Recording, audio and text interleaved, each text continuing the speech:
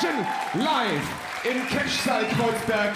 Und die Welt, wie wir sie kannten, existiert nicht mehr. Alles hat sich verändert. Und auch diese Stadt wird nach heute Nacht nie mehr so sein, wie sie einmal war. Berlin! Welcome to Chaos City!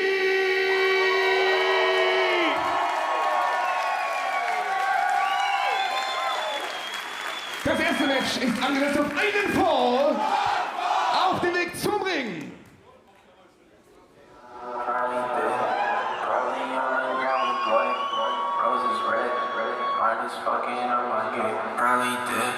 Probably on the ground with blood. Roses red, mine is fucking on my game. Probably dead. Probably on the ground with blood. Auf dem Weg zum Ring mit einem Gewicht von 85 Kilogramm aus dem 9. Bezirk in Budapest, Ungarn, Péter Tihanyi. Tonight, for the 7th time, the German Wrestling Federation turns Berlin into Chaos City. And here is a young man who thrives on chaos.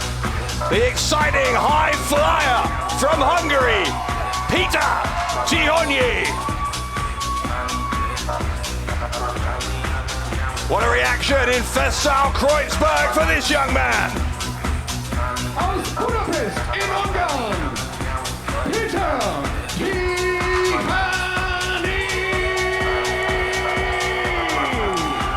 Tihanyi, a renowned high flyer, but he's going up against a man who fashions himself as a high flyer killer.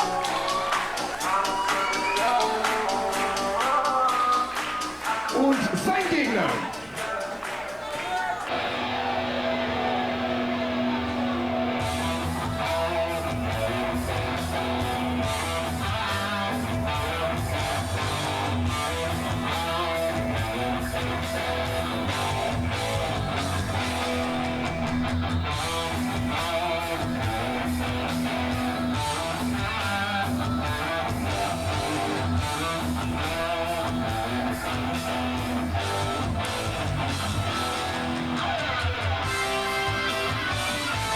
Auf dem Weg zum Ring mit einem Gewicht von 102 Kilogramm aus dem Kosovo, Mr. Uppercut, the Golden Boy, der Blutsbrüder, Erkan Sulcani.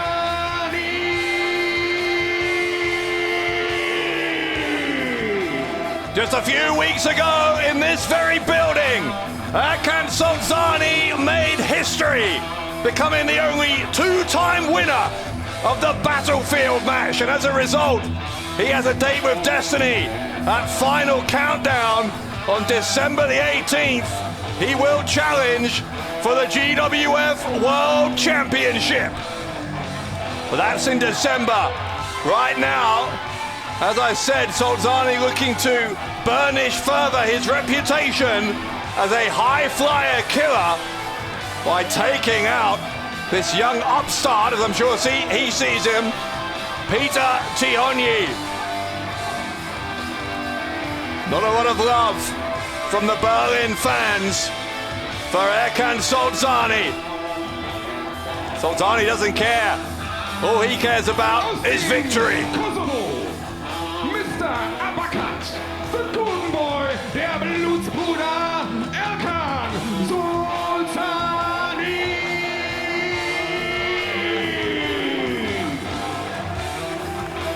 He is 2 meters tall, Erkan Sulcani. The Golden Boy, Mr. Uppercut, call him what you will. But it was a phenomenal achievement, however you look at it, to win for the 2nd time in his career that 30-man over the top rope Battlefield match last month. And whatever these fans might think of him personally, no doubt that he has earned that upcoming world title shot. In fact, we saw the current world champion, Toni Harting, in a stare down with Sulcani at the conclusion of that Battlefield match. Because it may well be that Harting isn't the champion by December. He's going to defend the title against Joey Cabray. in our main event tonight.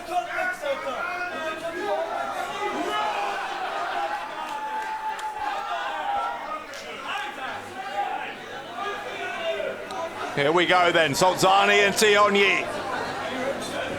Getting ready, bell rings. We're underway, singles action to start us out at Chaos City 7. Dave Bradshaw here to bring you all of the action in English from ringside. And as always, a thoroughly raucous atmosphere here in the heart of the German capital. Tihanyi with a mountain to climb here, it has to be said. Given that size difference, given, I'm sure, the confidence of Sulcani after that battlefield win. Tihanyi, though, not one who's short on confidence, nor should he be, because he's had a remarkable year all across European wrestling as Tihanyi went for a drop kick there, and Sulcani slid underneath. This time he nails the drop kick, and a clothesline takes the golden boy all the way to the outside.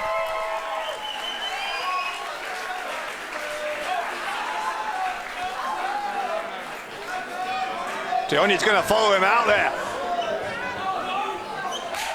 Tihanyi with a slap across the chest, leaving a handprint, I'm sure, on that chest of Erkan Sulcani, who's trying to flee through the crowd.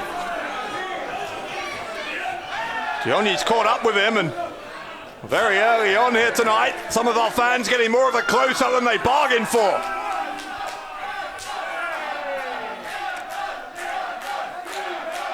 Talked about the world title. It's one of several championships on the line tonight. Erkan Sulcani will have his eyes on that world title, but right now, what has he got his eyes on? Hang on. Sulcani looking at, what's he trying to do? Well, he's planted Tihanyi on the wrong side of that balcony. It's hazardous spot to be in for Péter Tihanyi, who leaps off of that rail and with a crossbody takes out Sulcani.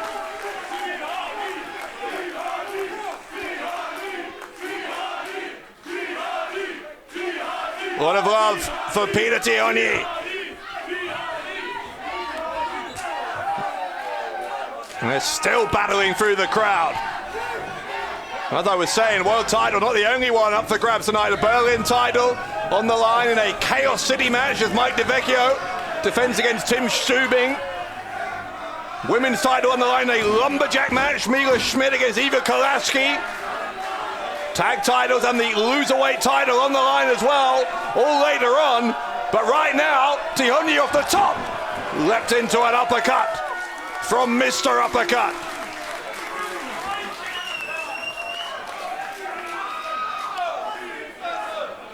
Sulcani might get the win off this. He may have knocked Tihanyi out. No, he hasn't. Tihanyi kicked out and stood up. Well, on the count of two. It is still, though, very much the case that Sulcani is the aggressor here. Quick vertical suplex to go for the cover, hooking that outside left leg. Another kick out from the young Hungarian. Tihanyi, though, you can see is really struggling with some of the pain that's been inflicted on him here by Sulcani. And I'm sure Toni Harting and anyone else who would have aspirations of being the world champion by December must be pretty worried by what they're seeing here from Sulcani. But hang on, Tihanyi looking for a backslide. Sulcani ultimately put paid to that, another suplex. See him waving his finger there. So you're not going to catch me that way. He nearly caught Tihanyi though, got another 2 count there.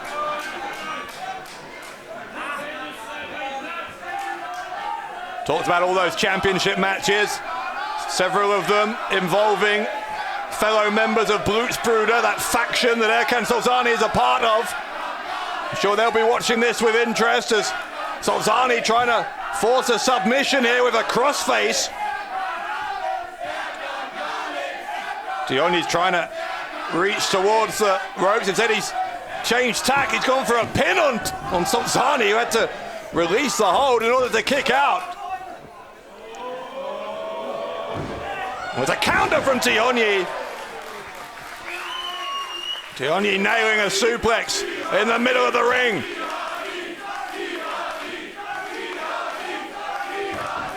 Sulcani comes charging at him. Couldn't get him, and instead of the tornado DDT, assisted by that top rope, Sulcani got dumped on the top of his head, compressing the spine of the Golden Boy. Maybe he's not 2 meters tall anymore. Tihanyi knocks him down, and a second time.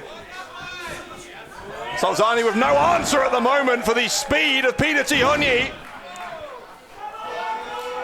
Sulcani's down on the canvas. Tihanyi, double knees into the chest and shoulders, goes for the pin off of that. And that is as close as Peter Tihanyi has got so far to putting away the winner of the Battlefield match.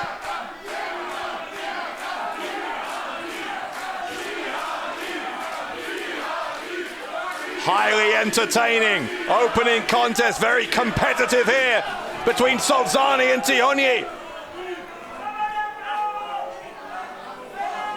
Hang on now though, Sulcani looking to superplex Tihanyi. Sulcani's so tall, even him doing it from the second turnbuckle would be like most people doing a superplex from the top. He gets knocked away though, does Sulcani. There's the Meteora. Meteora from Tihanyi. Could that put away Sulcani? No. That tremendous self-confidence that I talked about coming out of the Battlefield match really could be significantly knocked here on Sulcani's part if he were to lose to Tihanyi. That would be far from ideal preparation for that world title match coming up in just 2 months' time.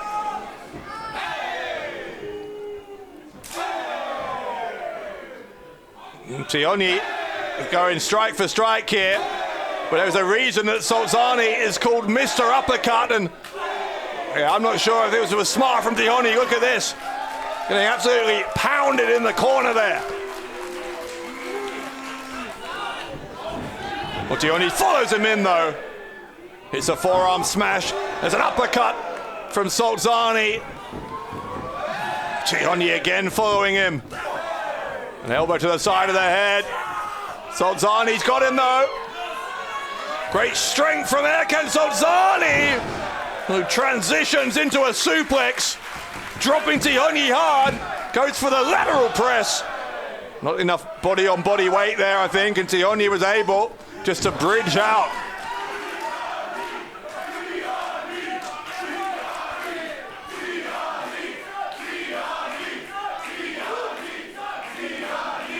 Fans in Berlin have been like an extra man in the corner for Peter Tihanyi here. Very vocal support. And Sulcani having to counter that as well as having to counter the unpredictability of Tihanyi. He might be about to put this one to bed though. Sulcani looking for the pump handle slam. An elbow to the side of the head after Tihanyi countered. Tihanyi going for that backside again. This time he gets it. The shoulders of Sulcani are down and very, very close. 2 3/4 there. Trying for the pump handle once again. This time he gets him. Sulcani, has he done enough? No, he hasn't. Tihanyi, ever resilient, ever tenacious. Kicks out of the pump handle slam.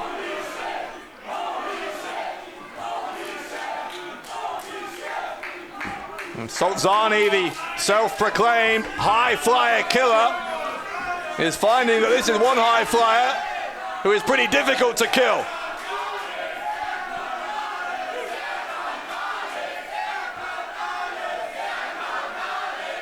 And Sulcani saying that that execution of Peter Tihanyi is about to happen. Is it forthcoming? Goes for the super kick, but it's blocked. Tihanyi had it scouted. Gets a knee into the jaw now. Where's Tihanyi going? This is where he's at his most dangerous. Sulcani knew it and got in quickly with an uppercut. And now he'll try again for the superplex. Sulcani with a chance to finish it surely here. Tihanyi knows what the stakes are. Knows this would be fatal to his chances in this match if he got superplexed. You can see him desperately resisting it. He has some success as well. He shoves Sulcani away. Oh, referee though got shoved. You see that? Referee got shoved by Sulcani into the ropes. That took Tihanyi off balance. And now he's on the top turnbuckle. They're going to be up in the roof if we're not careful. Sulcani, superplex. An enormous superplex on Péter Tihanyi by the Golden Boy. And it's enough to give him the victory. Und hier ist der Sieger aus dem Kosovo, der Blutsbrüder, Erkan Sulcani. Erkan Sulcani, victorious, continuing his fine form, coming out of the battlefield match. And are we looking at a man who in just 2 months' time could be the GWF World Champion?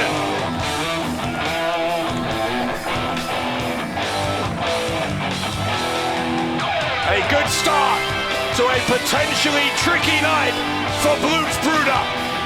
Aus dem Kosovo, Mr. Uppercut, the Golden Boy, der Blutsbrüder, Erkan Sulcani.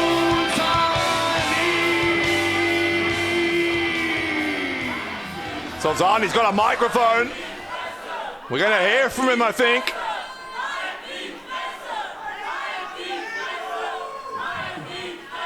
Haltet eure Fressen hier!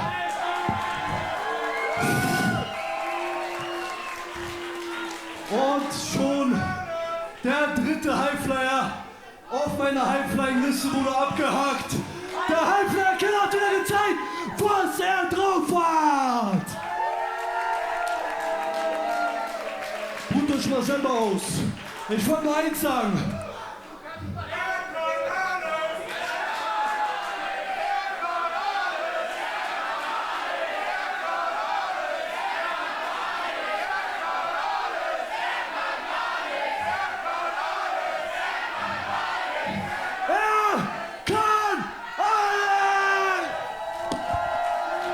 Sulcani making his intentions clear.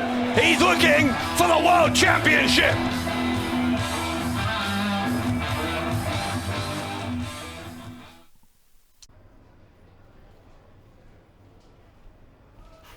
Oh, Rambo! Cem, siehst du, wer da ist? Seit Monaten kommst du nicht und jetzt denkst du, kannst hier mitmischen? Ey, Moment, nicht Rambo.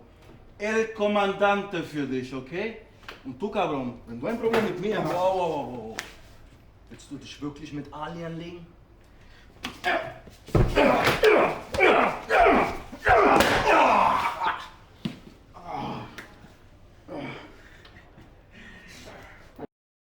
Das nächste Match hat es gleich richtig in sich. Denn das letzte Mal, als die nächsten beiden Kontrahenten aufeinander trafen, endete das Match in einem Countout. Also Ausziehen. Das war besonders ärgerlich für den Herausforderer in diesem Kampf, denn es ging um einen Titel. Damit das heute Abend nicht passiert, ist das nächste Match ein Lumberjack-Match. Das bedeutet, um den Ring befinden sich eine Menge Lumberjacks. Oder da es Damen sind, Lumberjanes oder Lumberjacklins. Und das Match ist angesetzt auf einen Fall. Und es geht um den German Wrestling Federation Women's Championship. Wir begrüßen zuerst die Lumberjacks.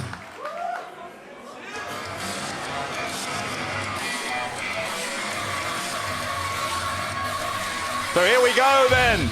Last month at Battlefield, Mila and Kolasky did battle for the women's title, but it ended in a double count-out.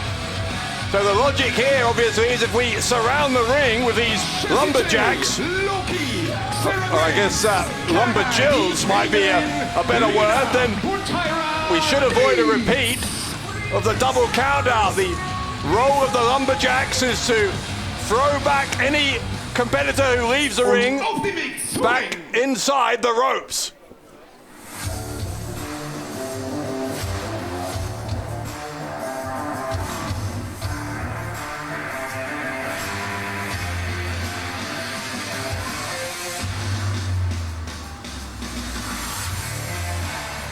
Aus Budapest in Ungarn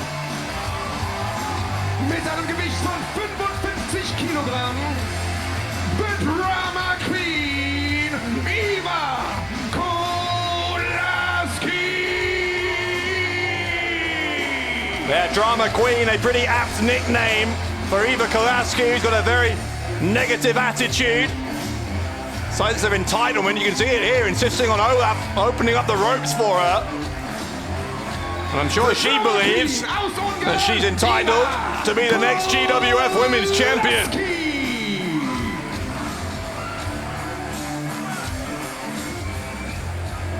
Und auf dem Weg zum Ring, German Wrestling Federation Women's Champion.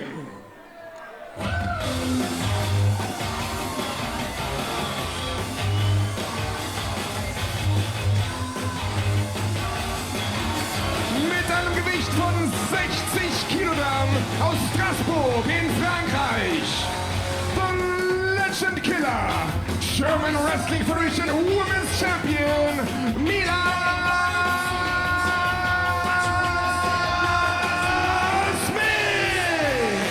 Yeah, awkward situation here for Mila Smidt, because she's not just facing Kolasky.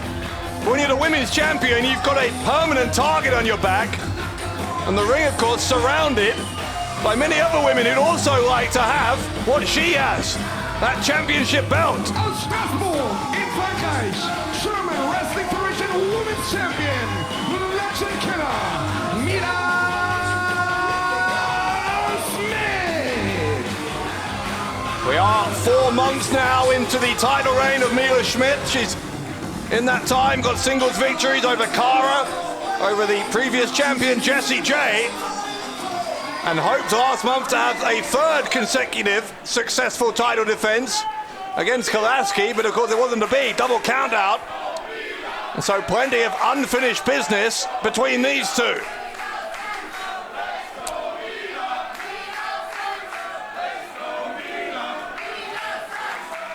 Referee showing the championship gold to champion, enter the challenger.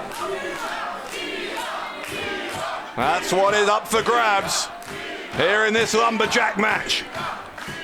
Both of these women have had a month to think about their previous encounter, to consider what they will try and do differently this time to give themselves the edge.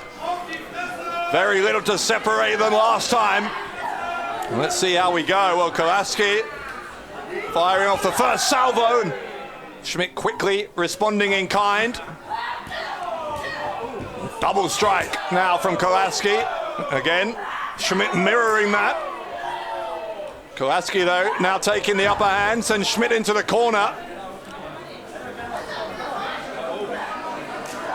A slap across the face, disrespecting the champion, is Eva Kolasky. Schmidt's got her in the corner herself now.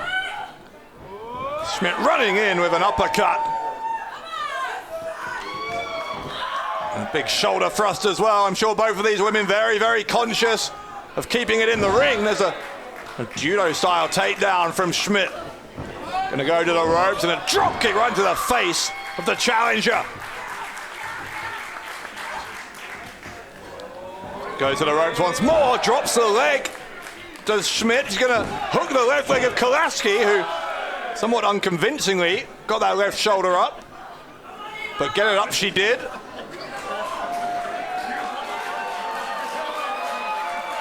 Smidt going to the ropes again, and this time Kolasky moved out the way, and now Smidt is out there in no man's land. Problems here for the women's champion.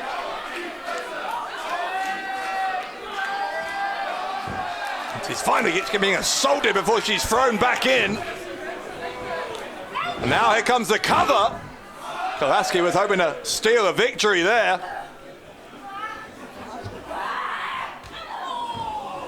And that is an example of just how dangerous it can be for either of these women if they end up outside the ring. Luckily, not too much damage done, but a warning shot, I'm sure, as Kolasky choking Smidt in the corner. Remember, despite the presence of the Lumberjacks, still pinfall or submission. If Kolasky wants to win the title here, those are the only two ways. Can't win by disqualification or any other means. It's Kolasky bringing Smidt back into the middle of the ring, screaming at her. There's a split-legged drop. Kolasky looking to win it off of that. She could do, but left shoulder comes up from Smidt.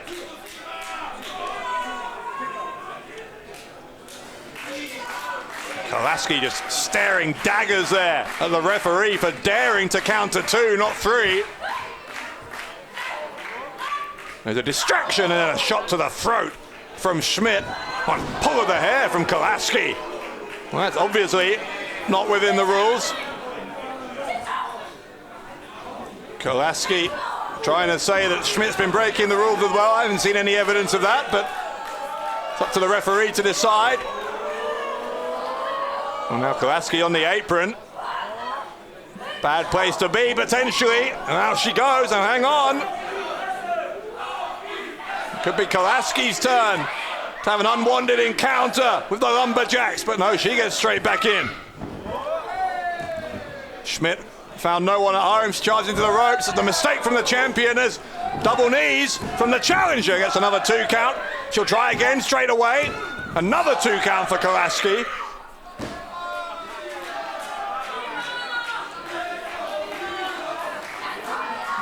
Kolasky just screaming in the face here of Mila Smidt. Sounds like almost unanimous support in here in Festal Kreuzberg tonight for the reigning women's champion. Despite the lack of support, Kolasky's been very impressive. Another one of the real conveyor belt of young Hungarian talent that's come through in the past little while. It's an inside cradle. 2 count only, but that kick did some damage for Kolasky. Smidt headed out again against her will. And here come the Lumberjacks again. Jessie J among them. They're firing off shots at the champion. Their job technically is to just get the champion or the challenger back into the ring, not to take some cheap shots, but apparently some of the Lumberjacks didn't get the memo. Schmidt's got the legs here though. There's a clothesline from Smidt. Now Smidt looking for a belly-to-belly suplex and nails it.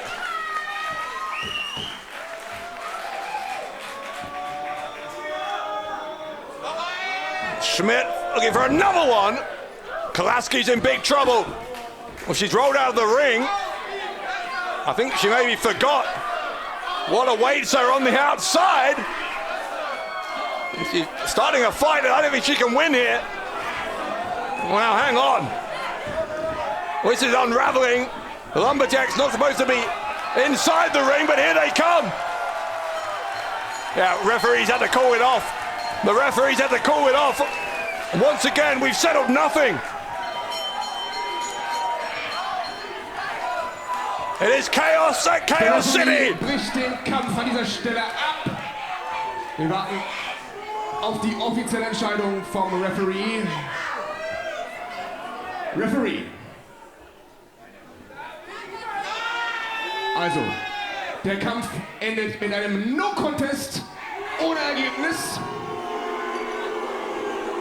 Also, ein Countout haben sie verhindert, die Lumberjacks wirklich weitergeholfen, haben sie aber nicht. No Contest, das offizielle Ergebnis in diesem Kampf, und damit bleibt der Titel der German Wrestling Federation Women's Championship, auch diesmal weiterhin in Frankreich beim Legends Killer Mila Smidt.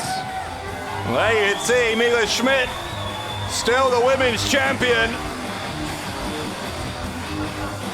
No contest there. And Mila Smidt, as a result, still the champion, but I think that still leaves things unsettled. Kolasky will still feel that she is owed a shot.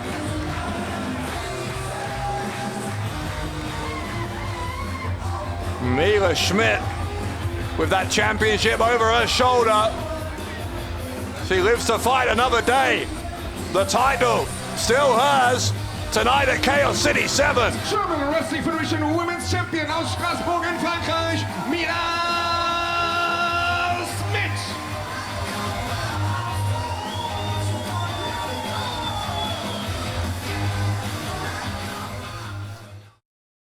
Hast du wirklich einen Helm angezogen? Ich meine, die Weste okay, aber... Der gehört dazu, das Hey, Cabrones! Wo wart ihr gerade? Ich wurde angegriffen und ihr seid nicht da? Wir sind ein Kommando! Wir müssen...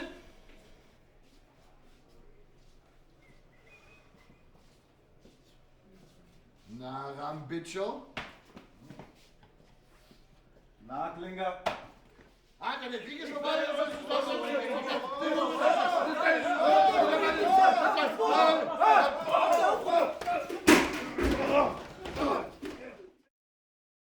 Das nächste Match ist ein Tag-Team-Match, angesetzt auf einen Fall. Und es geht um den German Wrestling Federation Tag Team Championship. Auf dem Weg zum Ring.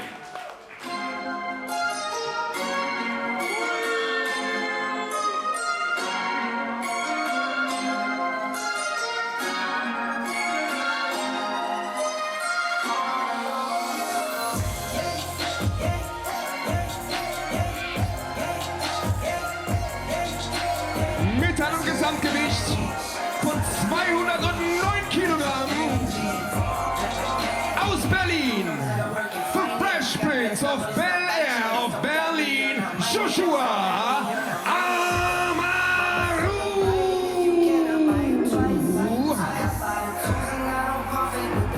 Sein Tag-Team-Partner aus Kiel, Bennet Brown. Zusammen sind sie Black Guerrilla Army.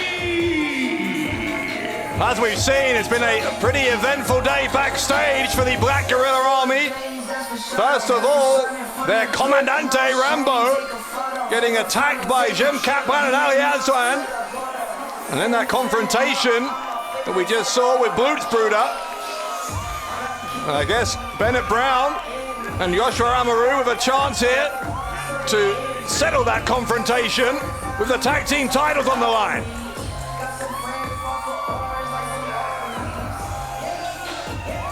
Bennet Brown, Joshua Amaru, the Black Guerrilla Army.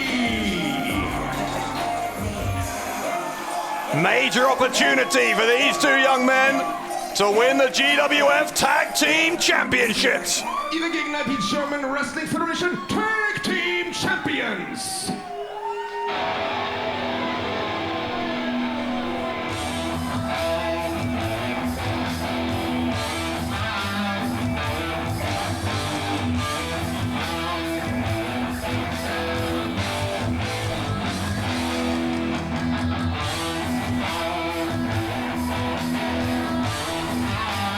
Mit einem Gesamtgewicht von 181 Kilogramm aus Deutschland.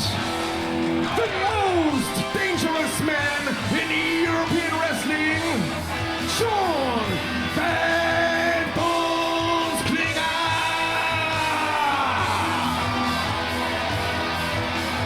Sein Tag Team Partner, Tarkan.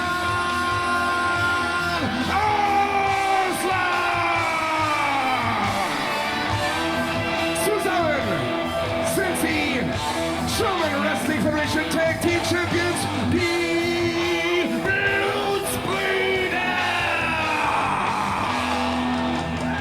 was back in August at Showdown that Blutsbrüder regained the tag team titles controversially against Aytaç Bahar and Cem Kaplan, who were adjudged to have tapped out, but they disputed that, but nonetheless, decision stood. And there's a combination, Klinger and Tarkan Aslan, now two-time GWF Tag Team Champions. On that same night, by the way, at Showdown, Bennet Brown and Joshua Amaru, the Black Guerrilla Army, got a very impressive three-way victory in a match against the Kendo Boys and Team Crazy Sexy. That's how they've ended up here as the #1 contenders, the next in line to challenge the Blutsbrüder.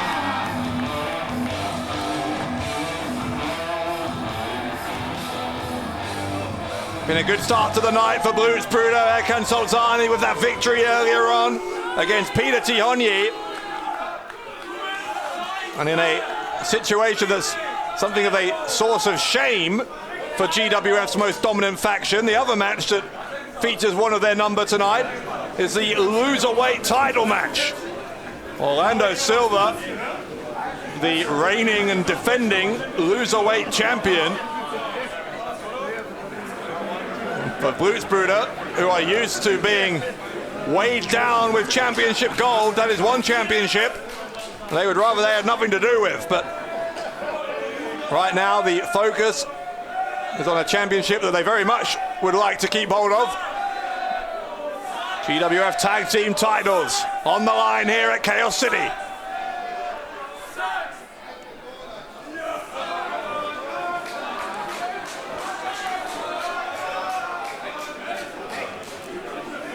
It's going to be the Lion King, Tarkan Aslan,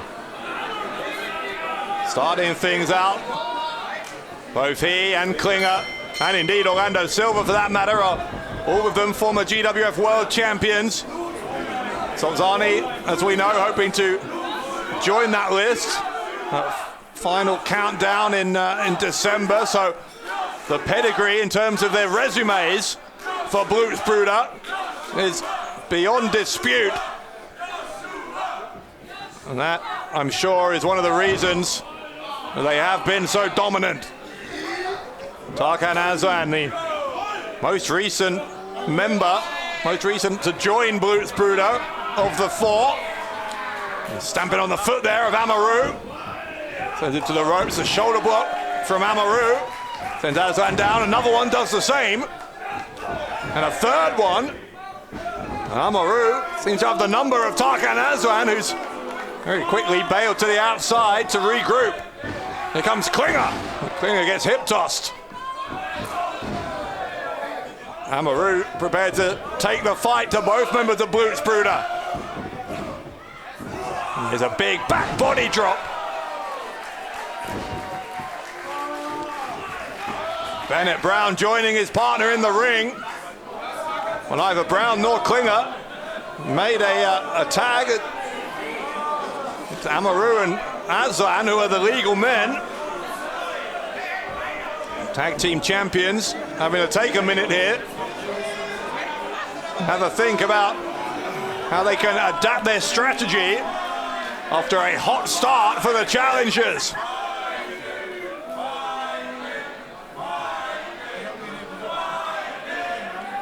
Fans here in Festal Kreuzberg not impressed in the least with the reluctance of Blutsbrüder to get in there and fight.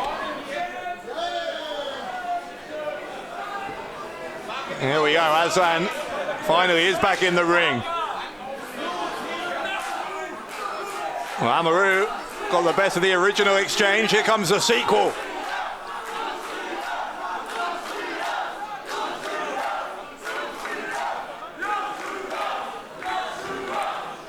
What a Joshua chance.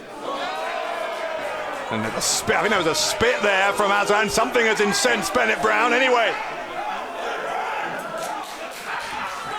Oh, and the distraction.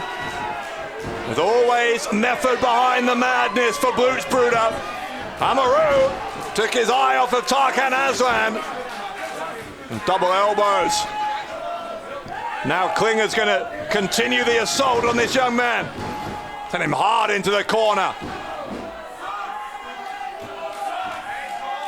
Choking him out. Klinger with a smile on his face, as there always is when he's inflicting pain.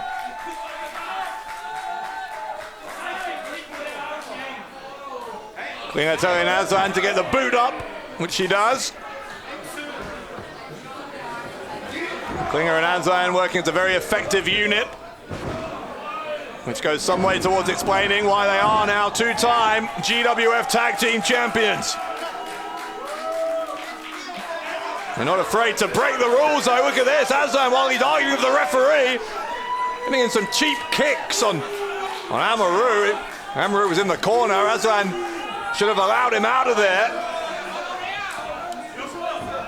The Lion King, just like John Klinger, the badness, they both know exactly how to gain every possible advantage. Klinger just dropped that double axe handle. Kick to the chest. And now a suplex from Klinger.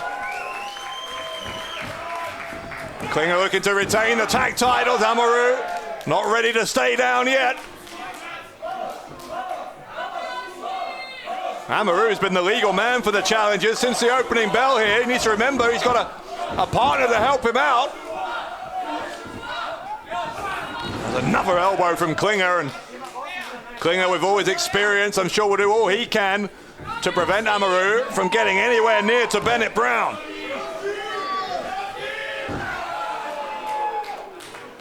Klinger just burying his boot deep in the abdomen there of Amaru. Amaru kicks him away, and this could be a chance to make the tag. Tarkan Aslan not going to let him get anywhere near. Amaru, though, sweeps the legs, and now he is getting near.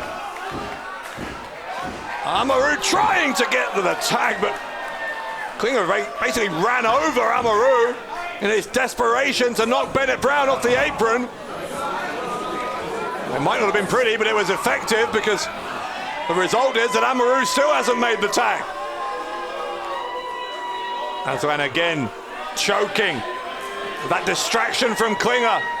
Once more gaining himself an unfair advantage. He's going to try and secure the victory off the back of it, but Amaru kicks out again.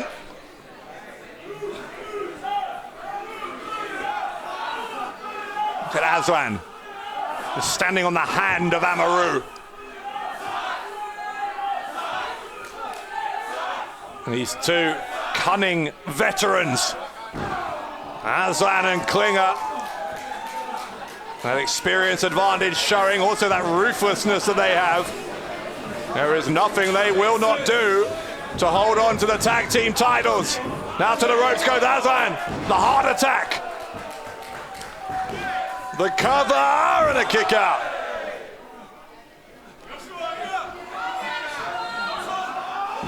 Aslan straight back on top of Amaru, just ripping away at the face of the youngster.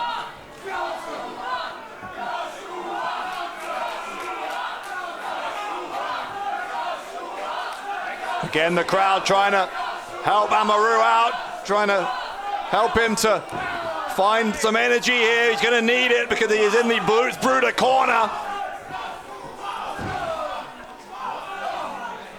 Battling back. Has he got enough fight to make it count? Amaru against Klinger. John Klinger, the longest reigning GWF World Champion in history, remember. That's who Amaru's in there against. But he hits the neck breaker. Big chance here for Amaru to make the tag to Bennett Brown.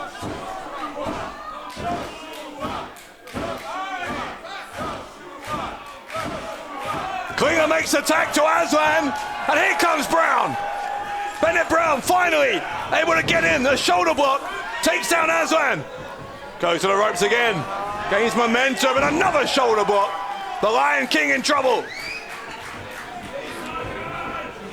Aslan though with a counter of the whip into the corner. Here he comes. Aslan with a run up. Runs right to the elbow. The elbow of Bennett Brown, who's up on the second turnbuckle. Brown off the top, another shoulder block from Brown. The Black Guerrilla Army looking for the gold, and Klinger prevents it from happening.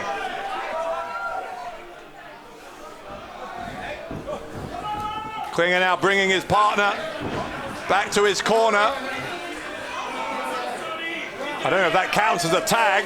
Klinger's pleased with himself, but now he sees Brown, and now he sees Amaru. He realizes he's 2-on-1. Klinger having to battle against the odds here, goes to the ropes. And gets double shoulder block down. Blutsbrüder, who so often give themselves a numbers advantage, getting a taste of their own medicine. Great double team from Brown and Amaru. Brown, he's the legal man. He'll go for the pin, and Tarkan Aslan, in the nick of time, ensures that Blutsbrüder hang on to those tag team titles for a few more moments at least. Brown now missed there, went to the outside. Once again, Amaru finds himself in there against Aslan. Aslan with a strike to the face, comes back for another one. Amaru exhausted at this point. Short arm clothesline from Tarkan Aslan. Amaru, who has spent the lion's share of this match in the contest, battling against the tag team champions, able to shove Aslan away.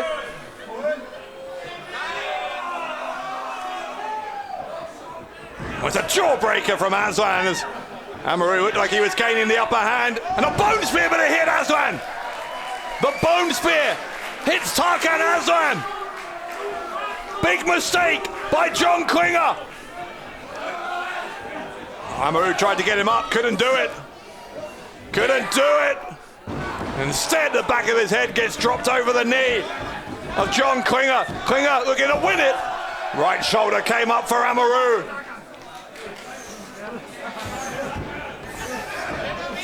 Klinger's now looking for the sharpshooter. John Klinger looking for the sharpshooter. Oh, he's got it. He's got it.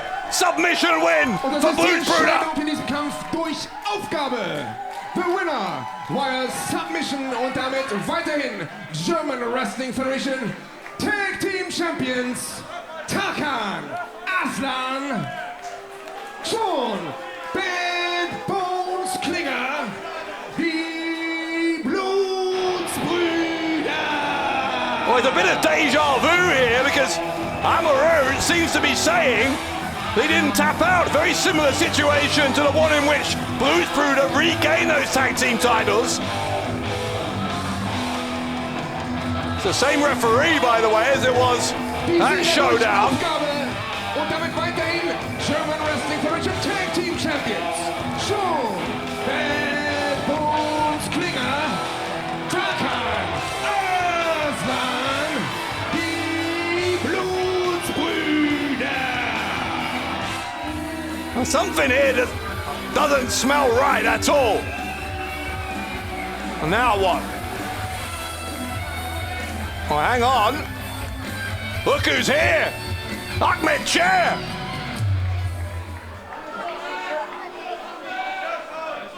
Wir begrüßen den German Wrestling Federation Präsidenten, Gründer der Federation, Ahmed Muhammad Ali Chair.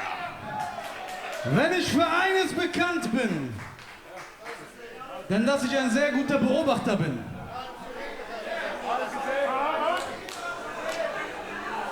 Aber ich bin auch dafür bekannt, immer 1000 Sachen gleichzeitig zu tun, und deshalb entgehen mir auch die eine oder andere Sache. Aber dank einer, ich nenne die Person mal nicht, habe ich ein Video zugeschickt bekommen. Ich möchte, dass ihr euch das vorher mal anschaut. Hallo liebes GWF-Universum.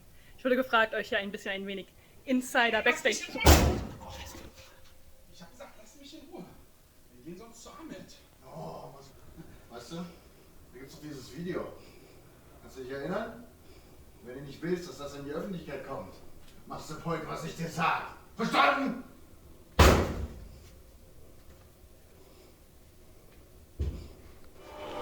What? Ich habe das Datum mit dem Video mal verglichen und habe mir eure Matches im Nachhinein nochmal angeschaut. Interessanterweise habt ihr die letzten 3 Matches gewonnen, im Aufgabegriff, immer mit Roberto als Referee und irgendwie haben die Leute nie getappt. Kann das sein? Joshua, kann das sein? Hast du getappt? Ich glaube auch nicht, dass sie getappt haben. Und deshalb mache ich das ganz einfach. Die Tag Team Title sind ab jetzt vakant. Whoa! Und werden euch aberkannt. They've been stripped of the titles!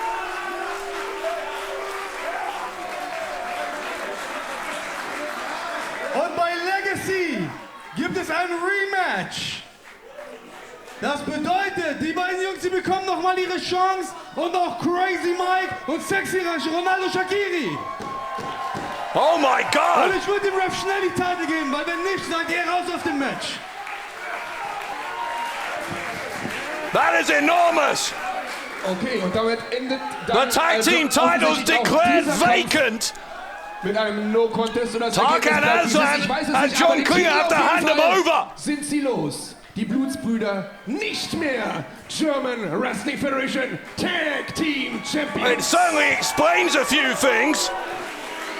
And now with those titles vacant, you heard up mid-chair, it's going to be Blutsbrüder, the Black Guerrilla Army, and Team Crazy Sexy for the tag team titles, November 20th at Legacy.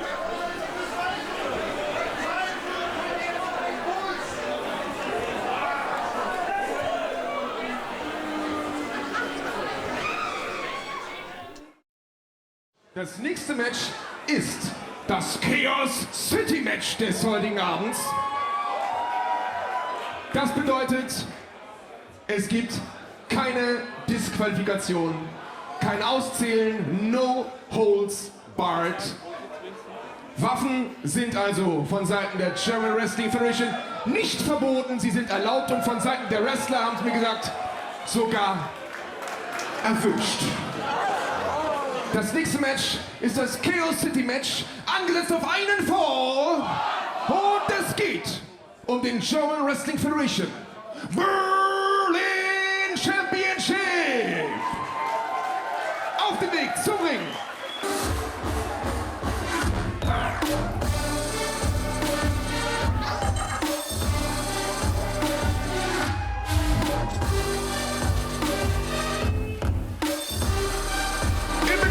Seines Mentors Ivo Latino mit einem Gewicht von 92 Kilogramm aus Hannover, the future of Catch, Tim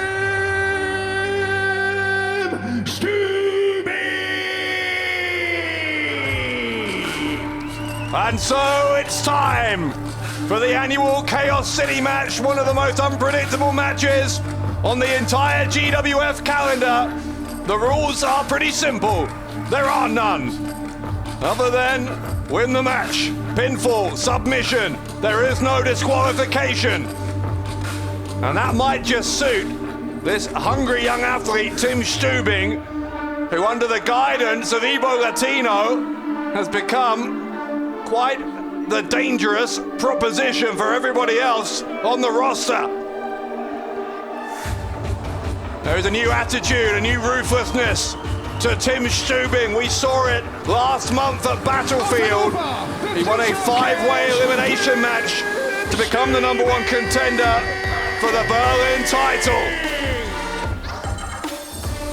Defeated Aitash Bahar, Johnny Storm, Nick Schreier, Senza Volto. Outlasted them all. But if he wants to walk out of Chaos City with the Berlin Championship, tonight he has to outlast the Belgian War Machine.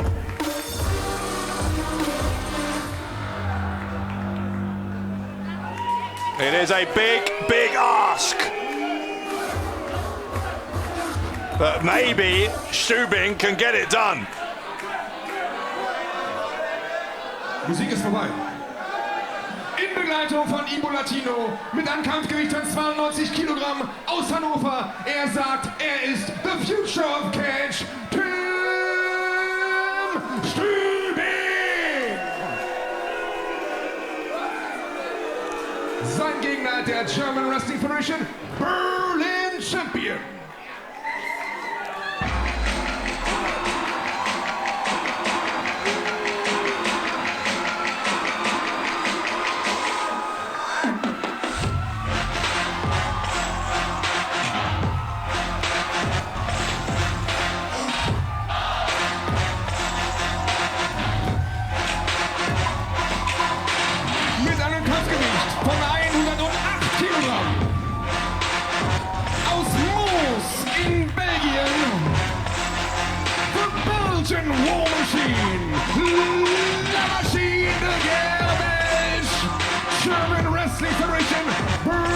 champion, Mike Vecchio. 10 months and counting, that is how wrong this man, Mike Vecchio, has been the Berlin champion. Last month at Battlefield, he came pretty close to earning himself a second championship as well. Nearly won the world title from Toni Harting. Vecchio has been one of the most dominant champions that we have seen in the German Wrestling Federation for a very, very long time. And along the way, he has picked up plenty of admirers, as we're seeing here. Fans in Festsaal Kreuzberg see him rather, as their war machine. Aus Mons in Belgien, the Belgian War Machine, La Machine Gerbisch, Mike Vecchio!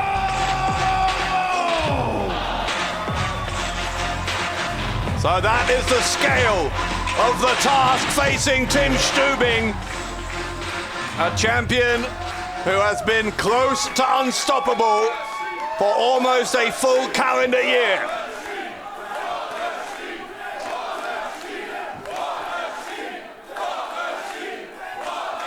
That being said, as I said at the beginning, Tim Stübing, an entirely different proposition since Ibo Latino has been guiding him, completely changed his mindset.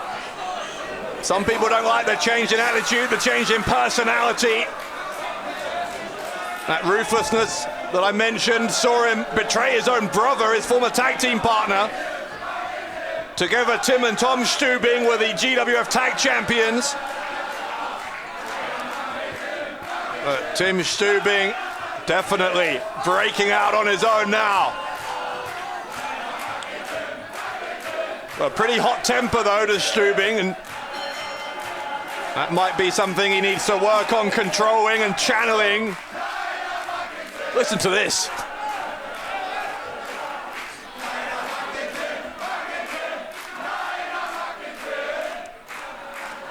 Electric. Absolutely electric here in Berlin. It is their city's championship about to be defended. Their champion putting the gold on the line.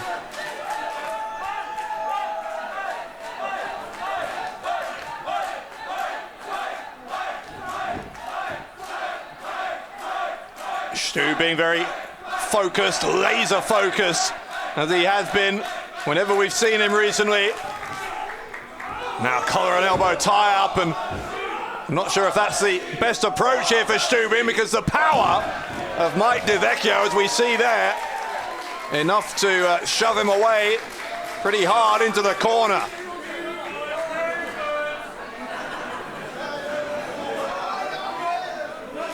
Even so, a calmness to Tim Stübing as he approaches his job from a different angle. Here we go. This time goes for a rear waist hook. That might be smarter. And it did have a degree more success, because Vecchio obviously feeling his best way out of that was to go to the ropes. Are we getting a clean break? Yes, we are, but there is that element now of unpredictability with Stübing. Another thing that Ibo Latino has brought into his game. An anger, a hunger for Tim Stübing.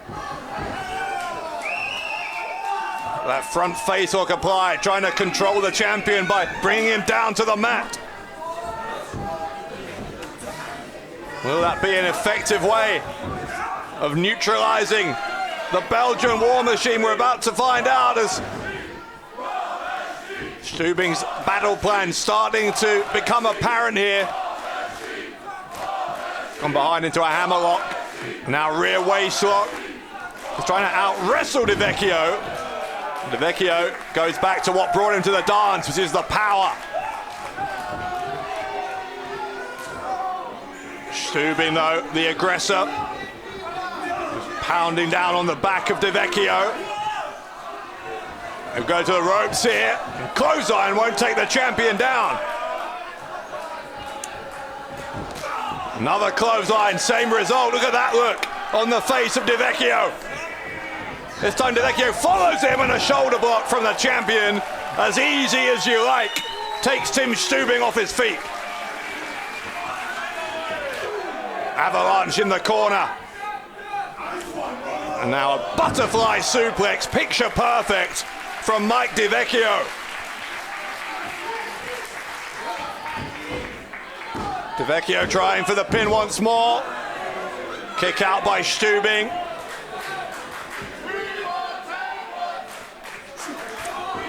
Now the champion starting to assert himself. Snap suplex. Floats over into the pin. Had that side press, but the legs weren't hooked, and the kick out from Stübing. Stübing still defending though from his back. And the drop of the elbow from Vecchio regains him the upper hand.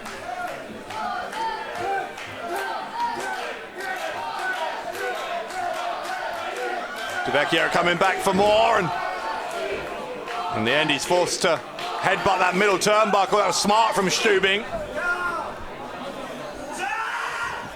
Stübing going to the ropes. There's that explosive power of Vecchio on display again. Another pin by Vecchio, another kick out on two.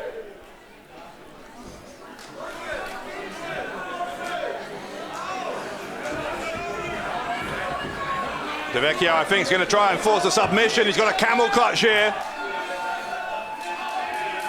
See him wrenching at the chin, but bringing down all of that body weight on the lower back. Look at the angle of the back of Tim Stübing.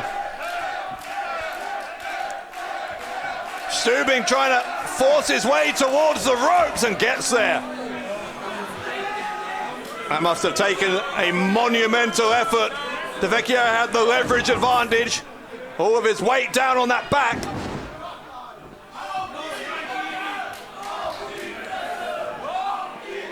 Vecchio with a big body slam to the ropes. Drops the elbow, does the champion. Tries again for the side press. Another kick out from Stübing.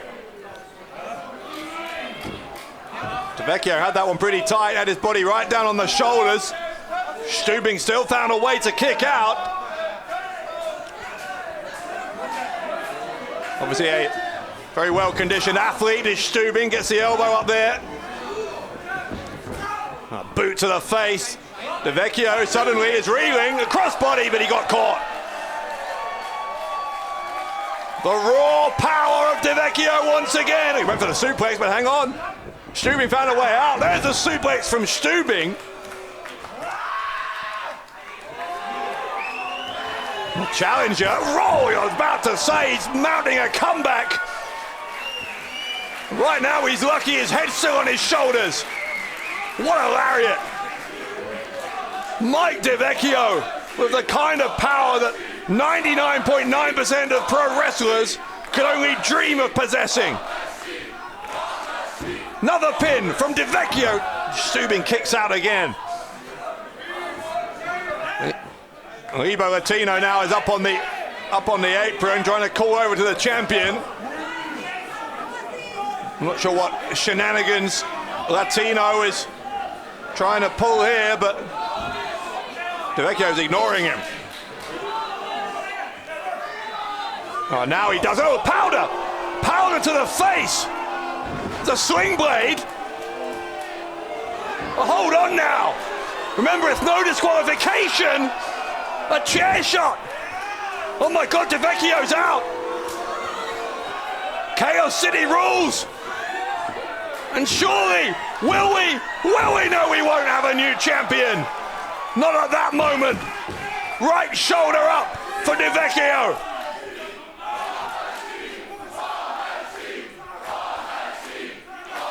Well, he kicked out, but how much is his vision impaired? That powder right to the face, right to the eyes of the Belgian War Machine, and how much has his brain been rattled?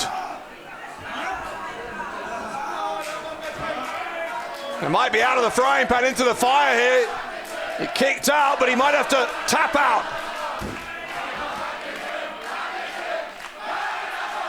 Stübing is trying to force a submission here. It'll take a lot to make Vecchio tap out, but he could pass out. Stübing could win it that way, and Vecchio knows he needs to get back into this quickly. He's managed to get back to his feet. His right arm is spare. He's used it to release himself, and suddenly, look at this. A torrent of offense. Single leg drop kick into the face. Stübing with the pose, goes for the pin, and a kick out from Vecchio. Wasn't the time to start gloating. Maybe that half second cost him. We'll never know.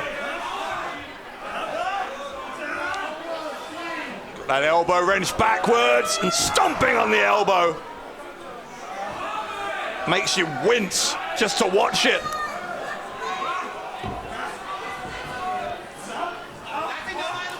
Doing more damage now to that left arm. Berlin champion's in trouble. He's coming back for more. He stomps on the elbow again. Well, Vecchio could have a broken arm.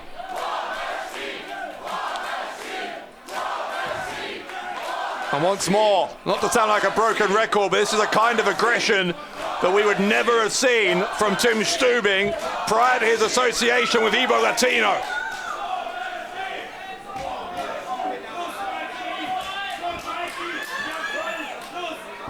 Vecchio is trying to get under the ropes, and he did, but he almost fell under the ropes. I wonder if he's struggling to maintain consciousness. He's had so much damage done to him by Stübing.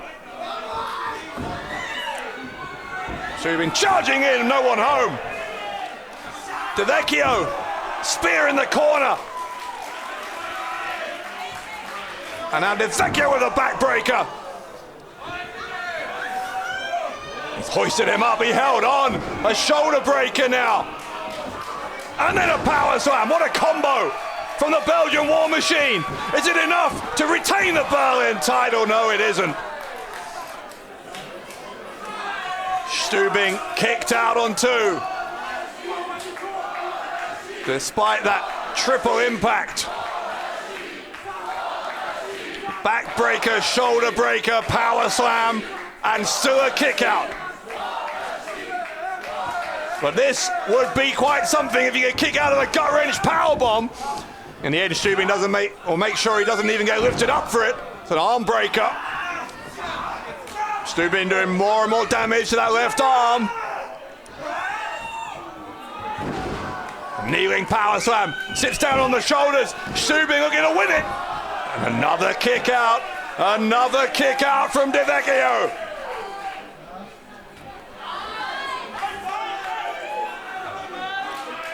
Back and forth. You cannot take your eyes off this Berlin title match. Remember, Chaos City rules.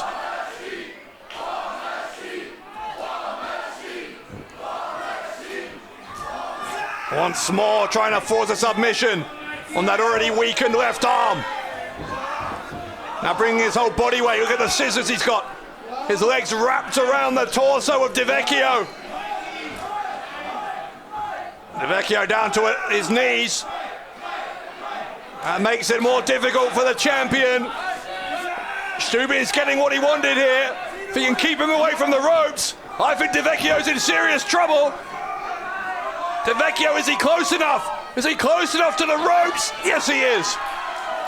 Barely, but he is.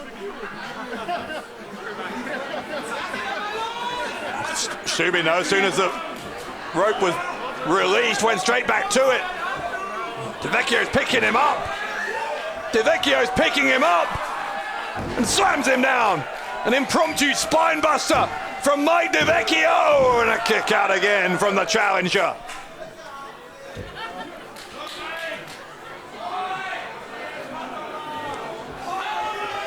Incredible stuff here in Fessal Kreuzberg with the Berlin title on the line. Vecchio once again looking for that gut-wrench powerbomb. Can he get him? Look at the power! He's got him up! Oh, he's trying to wriggle his way free. Is Stübing. Stübing with the right hands and does release himself. Now Stübing drops the back of the head on the knee. Vecchio's got to be out. He's got to be out. Oh, he's not. Mike Vecchio got the right shoulder up.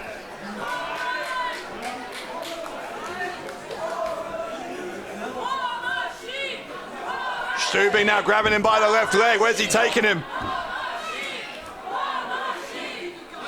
Stübing, yeah, I think he dragged him closer to the corner. Presumably with some evil intentions here. Stübing up top. Vecchio helpless. Oh no, he's not. No, he isn't helpless. He moved out of the way.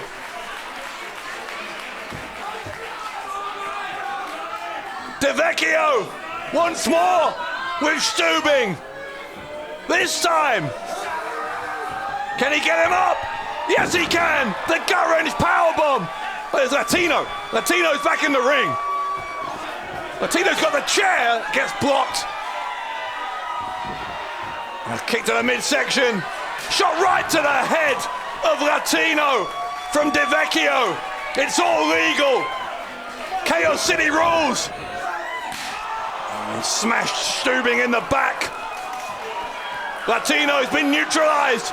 Stübing's in trouble. Another gut-wrench powerbomb. And that's got to do it. Yes, it does. Vecchio's still the champ. Hier ist der Sieger im Chaos City Match und damit weiterhin German Wrestling Federation Berlin Champion aus Moos in Belgien. The Belgian War Machine. La Machine de Guerre Belge. Mike Vecchio. Just listen to that ovation for Mike Vecchio, whose championship reign goes on and on and on. Is there anybody who can stop the Belgian War Machine? German Wrestling Federation Berlin Champion aus Moos in Belgien, Mike Vecchio. It was last year at Legacy 26 that Vecchio won the Berlin title. Well, now he is headed to Legacy 27 with that championship still firmly in his grasp.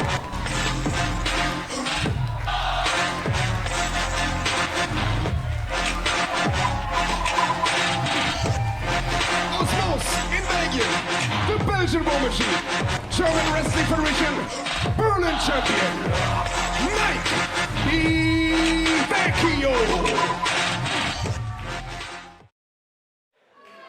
Das nächste Match ist angesetzt auf einen Fall. Auf dem Weg zum Ring.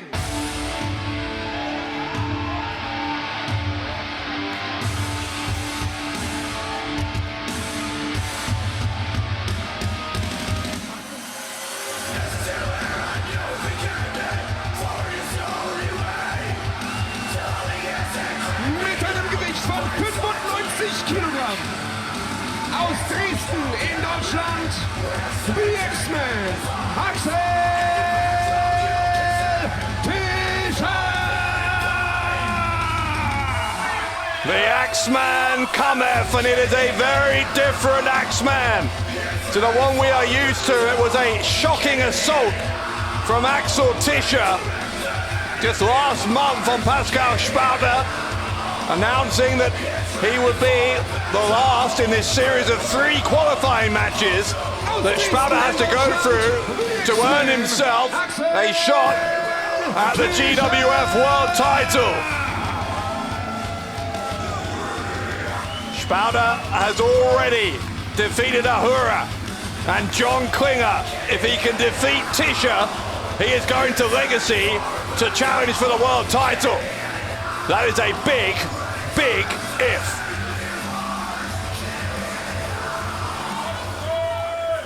Sein Gegner.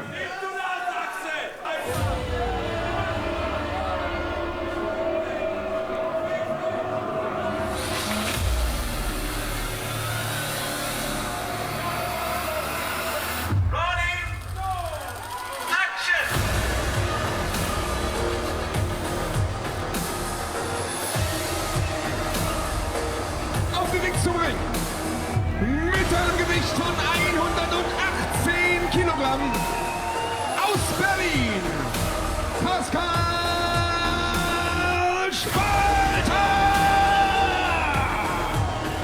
Both of these men are former GWF World Champions. In Spalter's case, a former 3-time World Champion. And throughout 2022, we have seen a new outlook, a new focus from Pascal Spalter. He was told earlier in the year that he had to win 3 qualifying matches in a row if he was to earn himself a shot at a world title. He made it as far as 2 earlier this year, before ultimately losing to Marius Solani at Rising Heat. So he had to start all the way again from the bottom. And as I said, then a victory over Ahura at Summer Smash, followed by a victory over John Bad Bones Klinger. But it was at the end of that victory at Battlefield last month that Axel Tischer launched a vicious and unprovoked assault on Pascal Spalter before informing him that it would be Tischer who would be the last obstacle standing in his way. Aus Berlin, Pascal Spalter! Tischer tried to get him early. Sorry, he came in with the boot. Spalter moved out of the way, fortunately for him. Didn't even have his ring gear off, but now he does. And this is going to be a fight. Axel Tischer made it deeply, deeply personal last month. We heard what he said about Spalter and about the fans here in the German Wrestling Federation, and I'm sure I know whose side the fans will be on, and it isn't Tischer's.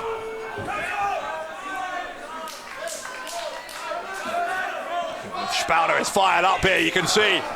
Pascal Spalter fired up not only because of the stakes involved, but as I said, that now deeply personal issue between himself and Tischer.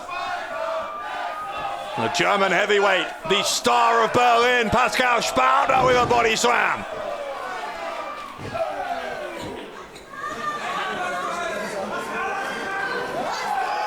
Spalter with the toilet seat. We haven't seen that for a while.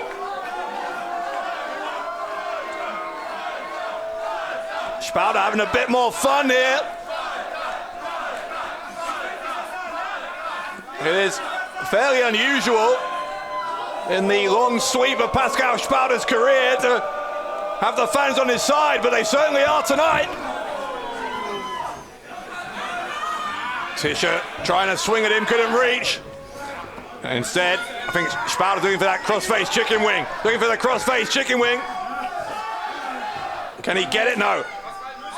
Feet to the ropes, and he's going to have to break it, but you can see the panic in the eyes there of Axel Tischer. Tischer knew how critical it was that he made it to the ropes immediately.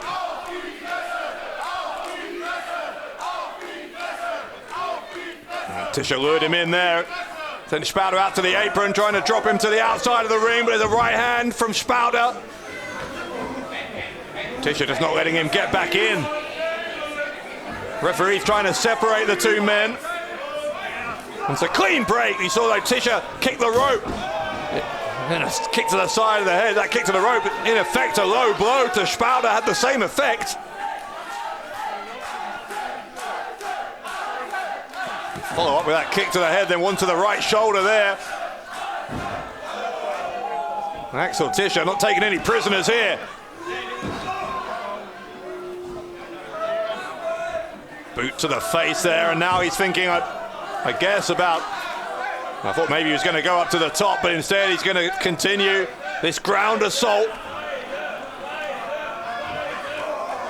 Spalter battling back though with some elbows.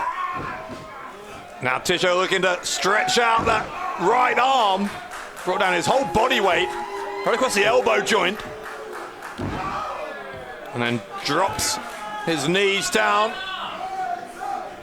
Trying to weaken that arm of Spalter, no doubt about that. That arm, of course, critical to delivering the cross-face chicken wing.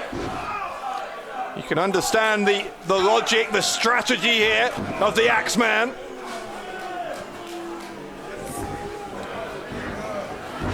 Tischer trying to force those shoulders down. Spalter got one of them up after the count of one.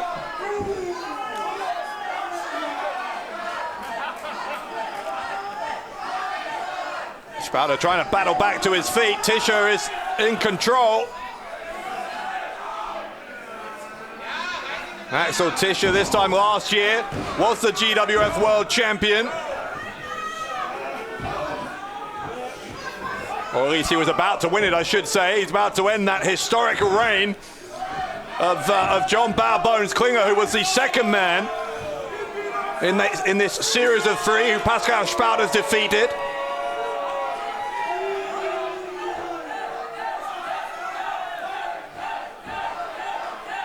Tischer started this year with a successful title defense at Strike First, Strike Hard 2 against Marius Alani, beat Icarus, Mikhail Kovac as well.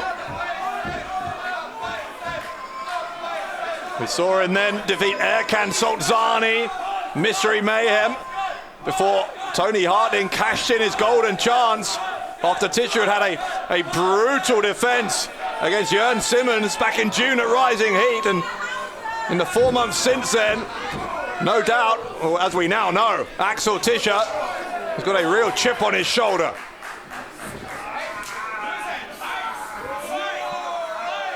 It's brutal, absolutely brutal. The way that he's choking Pascal Spalter with the boot there.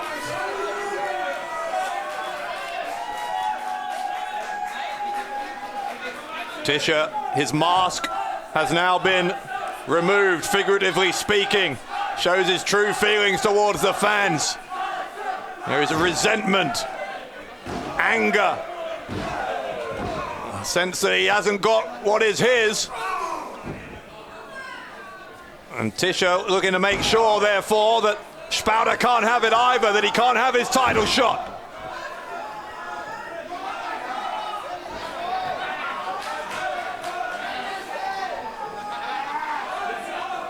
Tischer bending that right arm backwards, trying to hyperextend the elbow.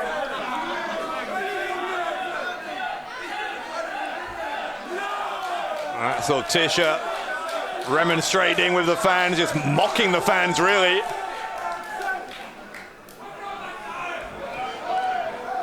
Spalter has got back up to his feet. Tischer surrendered that leverage advantage he did have down on the canvas. He gets the boot up into the face of Spalter, and that might have knocked him out. Tischer looking to shatter the dreams here of Pascal Spalter, who got that left shoulder up and kept that dream alive, but he's gonna have to do it again, and does so, this time after a count of 1.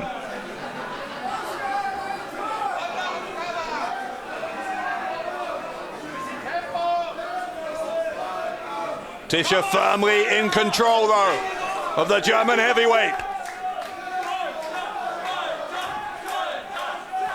Once more, trying to do more and more damage to that right arm. You can see Spalter's grabbed his right wrist with his left hand to prevent Tischer from getting his clutches on that right arm again. It's an uppercut from Tischer, though. Tischer's going to go to the ropes. Spalter's going to follow him, and Spalter with a crossbody. That could have cracked a rib on Axel Tischer. Almost 300 pounds coming down hard on that midsection of the Axeman.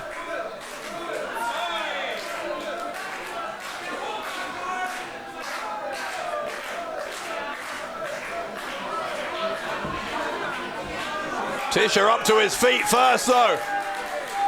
Despite that crossbody, so much damage has been done to Pascal Spalter that Spalter's still struggling to get to his feet. That is not an encouraging sign. Spalter down on a knee. We went for what would have been a knockout punch, I'm sure. Spalter, thankfully for him, blocked it. So gets him with an elbow and a second elbow to the face. Spalter with a third, a fourth, a fifth. Pascal Spalter unloading. And Tischer stopped it with a kick to the midsection. Tischer will go to the ropes. A chop right into the underside of the jaw from Spalter. Spalter saw him coming as well. It's with a clothesline. Spalter a step ahead here of Axel Tischer. Tischer in the corner. Spalter with an avalanche. Big man goes to the ropes. Another crossbody. Tischer's in trouble. Axel Tischer gonna get power slammed.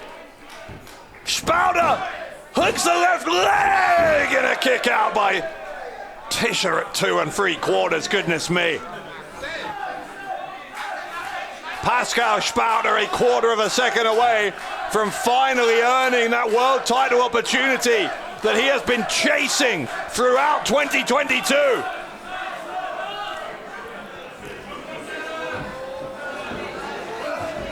Tischer this time kicks him away.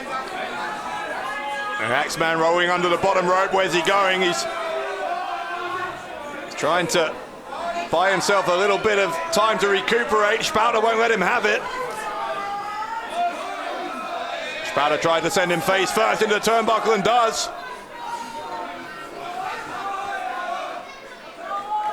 Well, Spalter's up on that second turnbuckle now. He's going to get some feeling back into those parts of his body that have suffered the most damage, and now from that position, he can't do that. Axel Tischer, not a small man. Yeah, it was over-ambitious. In the end, it's again that right arm of Pascal Spalter that's paid the price. Spalter was trying essentially for a deadlift superplex there.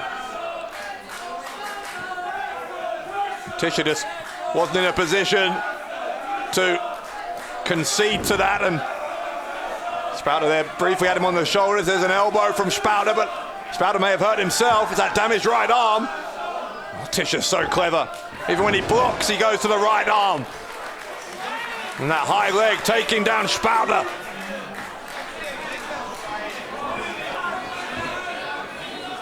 Tischer looking for the suplex.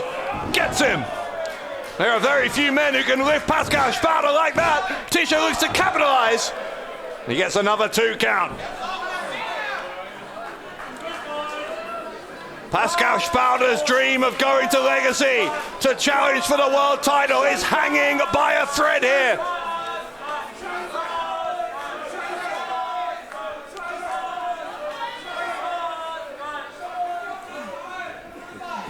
Tischer slithering backwards towards that opposite corner like a snake. Now we're measuring him, but a crazed look in his eyes as the Axeman launches into the corner. And another suplex. Let's not underestimate the power of Axel Tischer to be throwing around Pascal Spalter like this. As I said, very few human beings on this planet who can do to Pascal Spalter what Axel Tischer is doing here.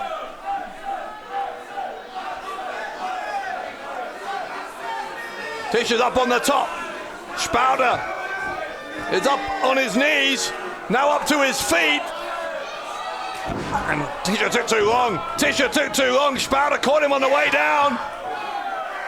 Another avalanche in the corner. Spalter goes to the ropes, went for the crossbody again. This time Tischer knew it was coming. Bicycle kick from Tischer. Tischer's got him. German suplex with the bridge from the Axeman, and a kick out on 2.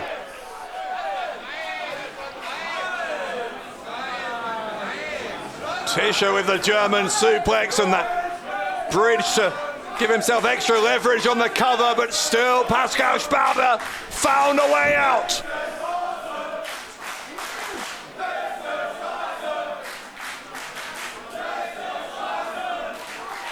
Spalter and Tischer, 2 of the absolute best anywhere in Europe. You are watching them go toe-to-toe, one-on-one here at Chaos City 7.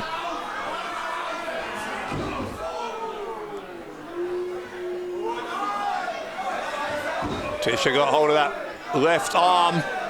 That right arm, not much of a threat anyway. You can see it hanging down for Spalter. Tischer's done so much damage to it that I don't know if Spalter has any power in it to strike him. Yeah, Spalter seems almost helpless here as Tischer is kicking him repeatedly in the head. There's an enziguri after Spalter tried to fight back. Tischer to the ropes. Clothesline doesn't take Tischer down. That one does.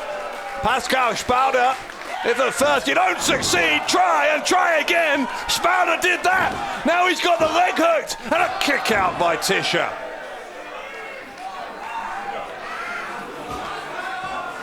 Spalter holding that right arm. How much more damage did he do to himself in delivering that move? If it had earned him the victory, it would have all been worth it. But as it is, the match is still going. And that right arm, even more severely damaged than it was.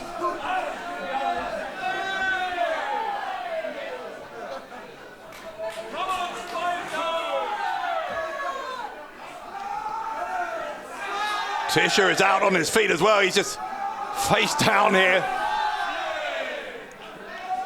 Both men exhausted. But Tischer has had the better of this match for large portions of it. The middle finger, the sign language from Tischer. Axel Tischer on jelly legs here as he gets back to his feet. Spalter every time though he hits Tischer with that right arm. Just a jolt of pain, I'm sure, resonating up his arm throughout his body.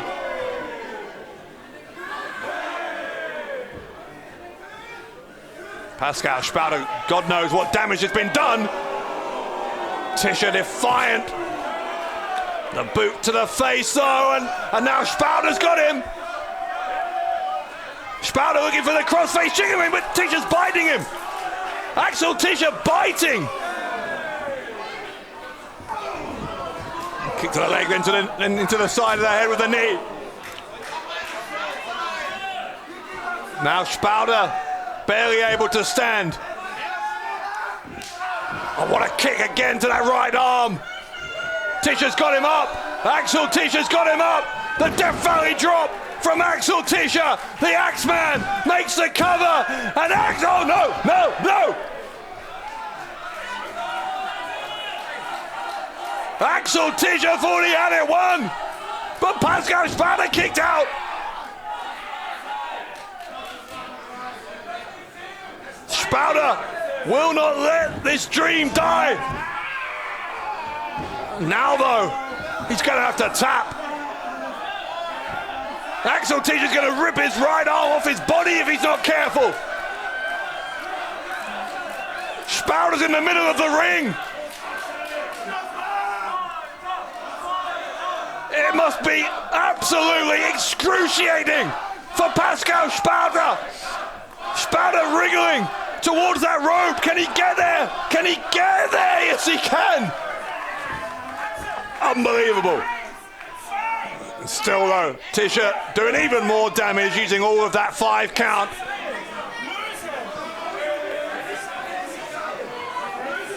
Win or lose here, Pascal Spalter, I think, is going to have to go to the hospital with that right arm.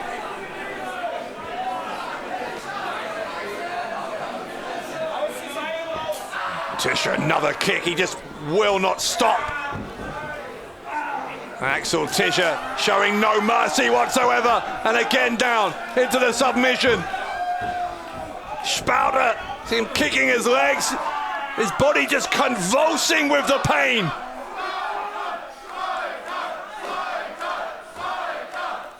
The crowd are trying to help him.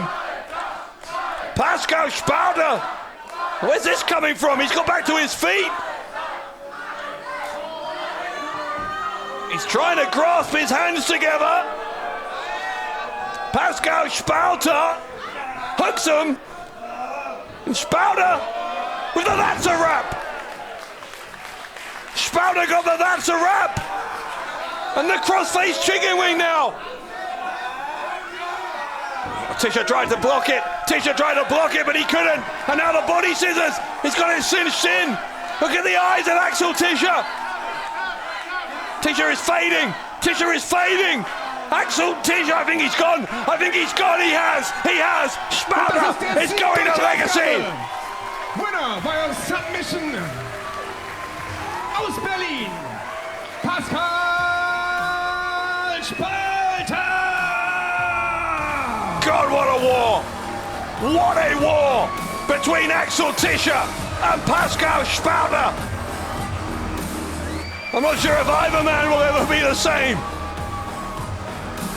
But Pascal Spalter, when he works through that pain in his right arm tomorrow, will still have a smile on his face, knowing that on November 20th, here in Festsaal Kreuzberg, Pascal Spalter will challenge for the German Wrestling Federation Heavyweight Championship of the World.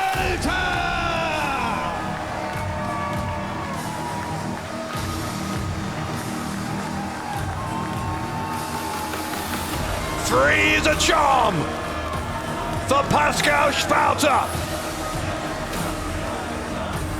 And when we celebrate 27 years of Berlin wrestling here next month, Pascal Spalter could yet celebrate a 4th GWF World Championship. Wow. Liebe Freunde, das nächste Match ist angesetzt auf einen Fall. Und es geht um den German Wrestling Federation Loserweight Championship.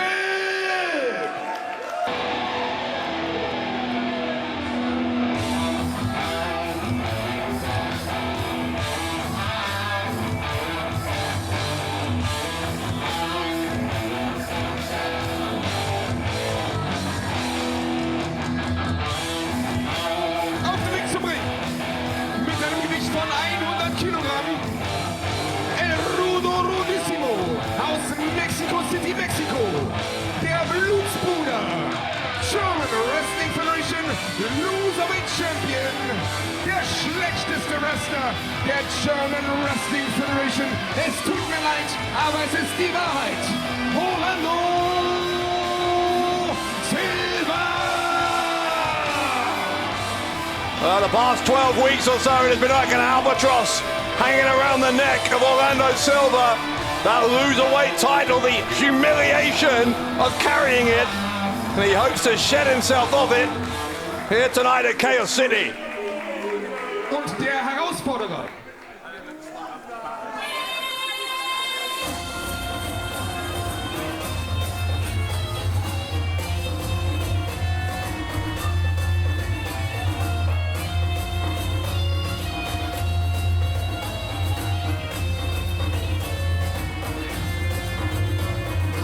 Mit einem Gewicht von 103 Kilogramm aus Kurdistan im Iran, der Fake Senza Volto, Hayvan Sorani. Well, yeah, as you might have just heard Olaf say, this young man, if you're wondering where you recognize him from, when the fake Senza Volto got unmasked in the Battlefield match last month, that was the face underneath. Hayvan Sorani, a rookie from the GWF training school, out here tonight as his real self, having been taught a lesson by the real French sensation at Battlefield. So I guess we'll try and move on from that spell as the fake Senza Volto and put it down to him falling in with the wrong crowd with Toni Harting and Big Nick. But as his actual self, a debut here for Hayvan Sorani. In a way, he's having a championship match, but this, of course, the most unique championship in all of professional wrestling. The loserweight title is the title for officially the worst wrestler in GWF, and it's unique because the loser of the match is the one who walks away with the championship.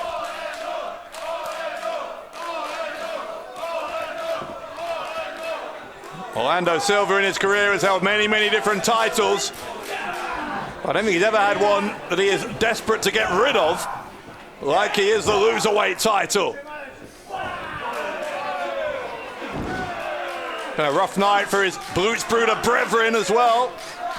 Well, not for Erkan Sulcani. He picked up a win over Péter Tihanyi in our opener earlier, but we had an expose of John Klinger and Tarkan Aslan, who'd threatened, blackmailed really, a referee in order to get some not impartial treatment from that referee in recent matches. As a result, we now know that the tag team titles have been declared vacant. And if Aslan and Klinger want to win them back, they're going to have to do it in a three-way tag team match against the Black Guerrilla Army and Team Crazy Sexy next month at Legacy 27.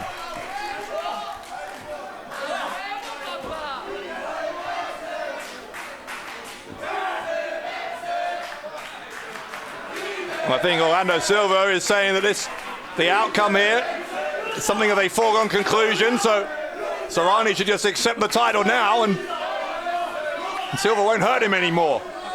But I'm not sure Sorani sees it that way.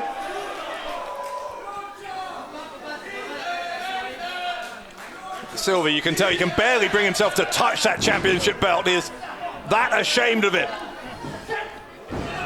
He tried for a snapmare, but Sorani, that was unique and able to land on his feet. Very impressive stuff from the youngster.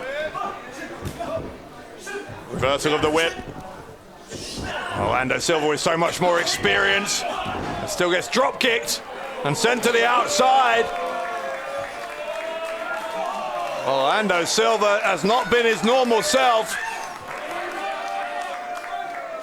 And that streak appearing to continue here is all out of sorts against an opponent who, no disrespect to Sorani, but given that he is so new here, you would expect a former world champion like Orlando Silva to put him away pretty easily.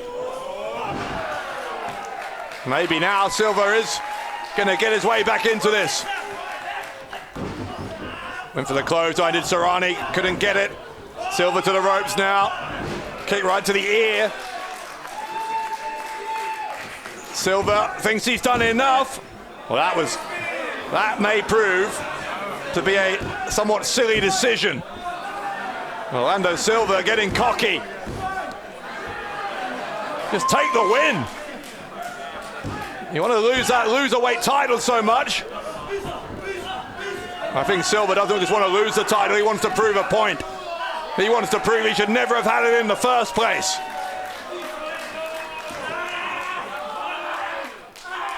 Silva's going to choke away at Sorani.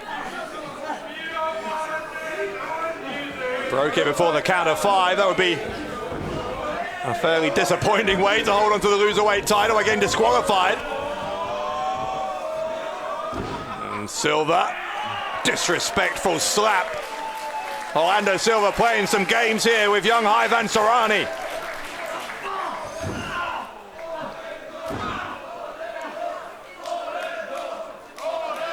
There's a contingent of Blutsbrüder fans who like what they're seeing here from Silva. But there are plenty of fans here in Festal Kreuzberg who've been coming to see GWF in Berlin for much of the almost 27 years that it's been running, and they will know that considering the great highs that Orlando Silva has seen in his career, these past 3 months really have been a low point.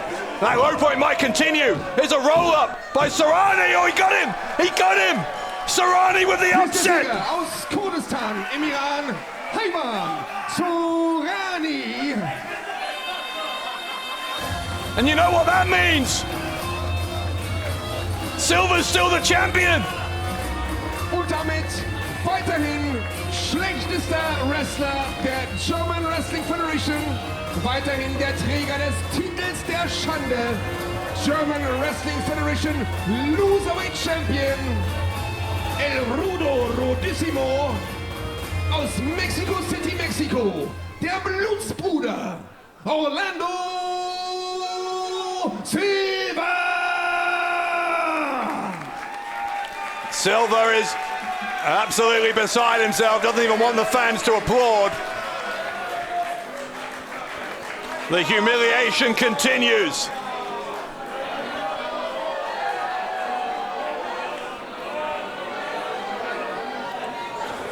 Oh, hold on now. Hold on now.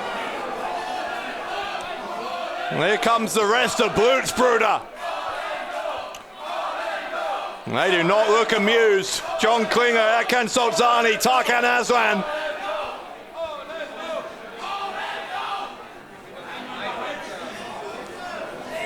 Klinger wants a microphone. This isn't going to be good.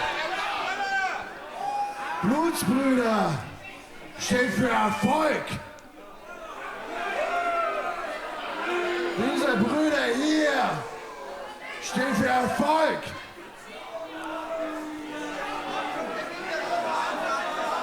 Du, Orlando, bist ein Kasper.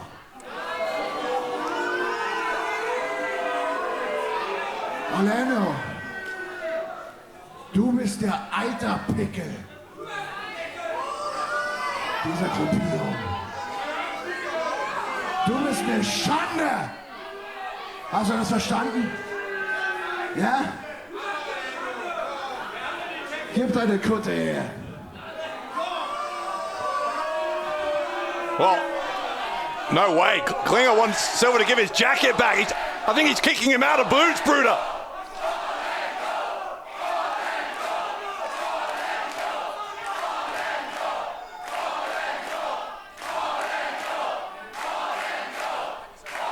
Well, the crowd don't want to see him kicked out.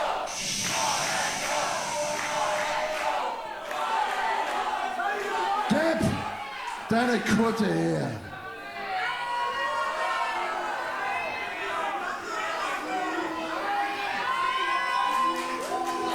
Denn wir, die Blutsbrüder, haben abgestimmt.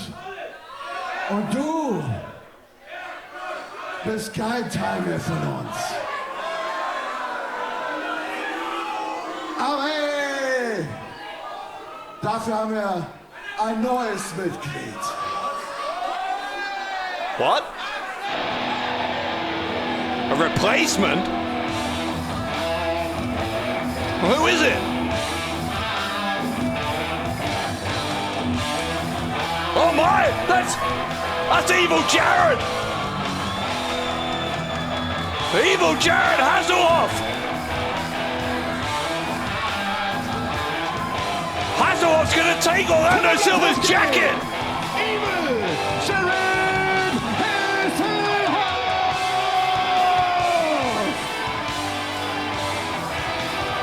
Evil Jared, apparently the newest member of Blutsbrüder.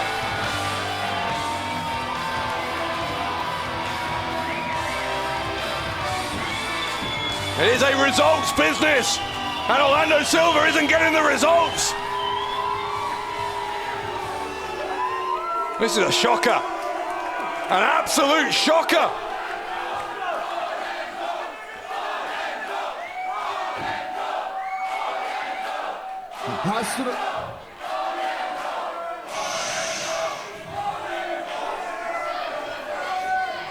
Hast du noch irgendwelche letzten Worte für uns?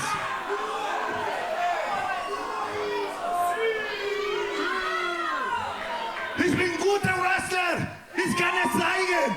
Ich kann es zeigen!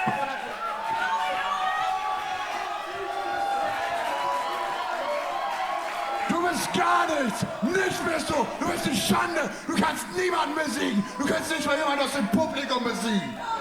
Ich kann gar niemanden von dem Publikum besiegen! We're not going to pick a member of the crowd. Oh, Silver's getting desperate here. Kannst irgendjemand aus dem Publikum besiegen?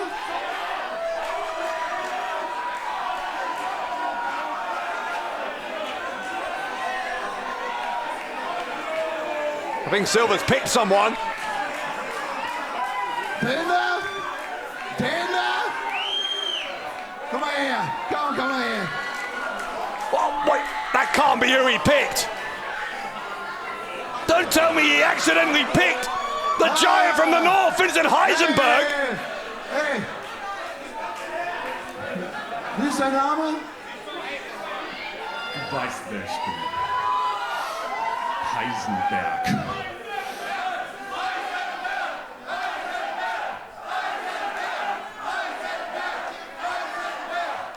Okay. Hey! Orlando, du kriegst noch eine Chance. Du gegen Riesenberger bei der nächsten Show im November. Ja? Aber hey, wenn du verlierst, bist du nicht nur aus den Blutsbrüdern raus, sondern du bist doch aus der GWF raus. What? Come on.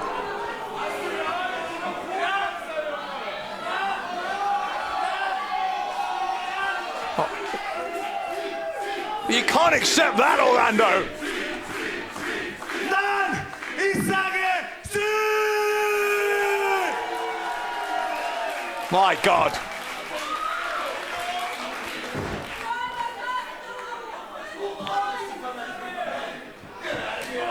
Hasselhoff said he was going to give that jacket back and then he slapped him. It's ridiculous. Blutsbrüder have kicked Orlando Silva to the curb. And they're going to give him one more chance, but we saw who it's against.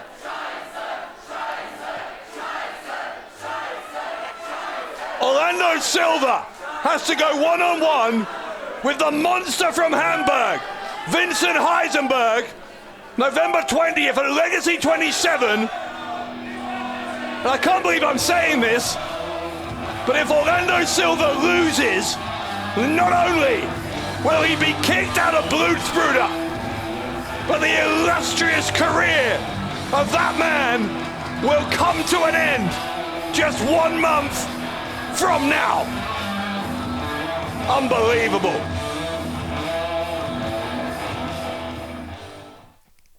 Das nächste Match bei Chaos City ist angesetzt auf einen Fall auf dem Weg zum Ring.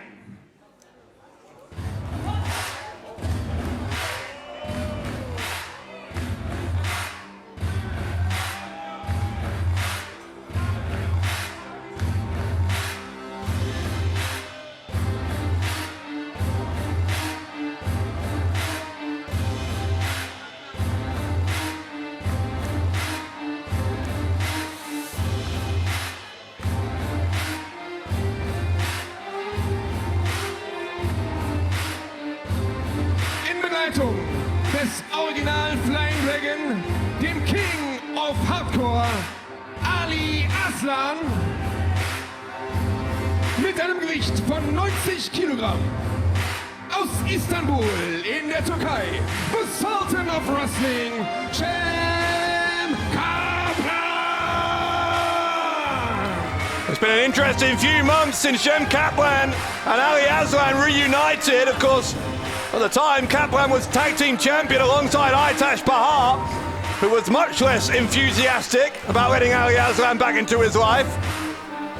I'm sure that feeling is only amplified. Now they've lost the tag team titles.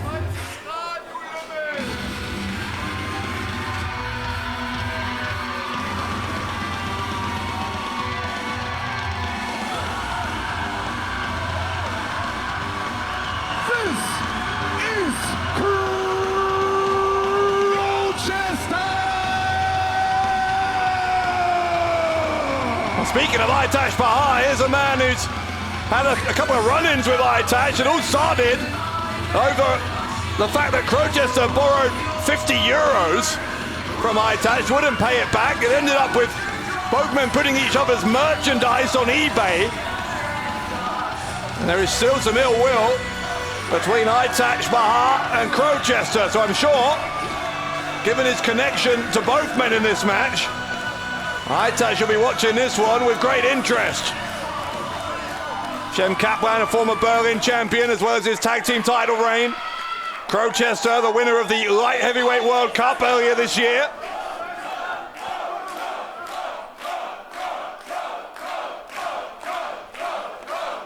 And we are getting ready here for what I think will be a very interesting singles match between two men with very, very different styles. Cem Kaplan, the Sultan of Wrestling, spends seemingly his whole life in the gym when he's not inside a wrestling ring. Incredibly strong, deceptively fast as well, but maybe not as fast as Crowchester, whose high-flying abilities were what led into that Light Heavyweight World Cup. Here we go. Collar and elbow tie-up. And Kaplan was able to free his right arm, get a couple of strikes in. Sends Crowchester into the corner. A couple more strikes. Kaplan starting out on top. Boot goes up though from Crowchester, and just like that, as quick as you like, Crowchester back in it. Bit of showboating from Crowchester.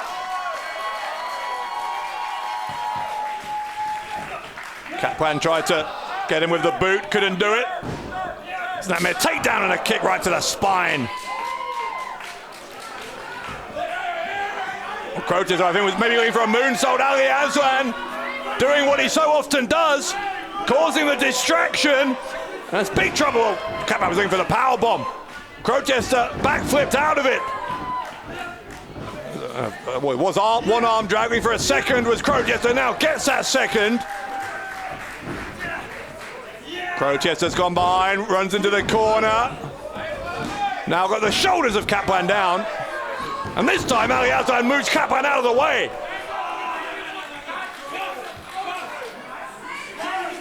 And for anyone who wondered why Cem Kaplan chose to bring Ali Aslan back into the fold, having dumped him well over a year before, that's the kind of reason why. Ali Aslan, like him or not, gives you that kind of advantage.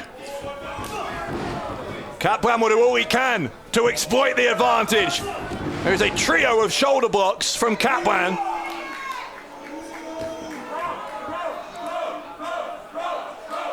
Kaplan just with a little exchange there with Ali Aslan.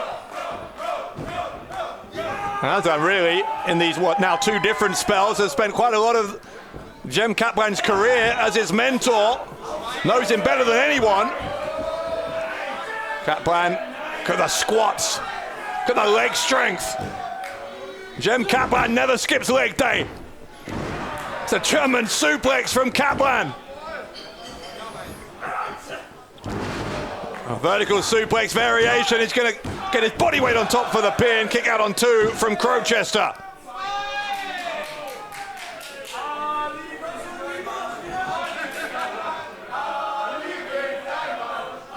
Kaplan having some words with the referee. Crowd are trying to get under the skin of Ali Aslan.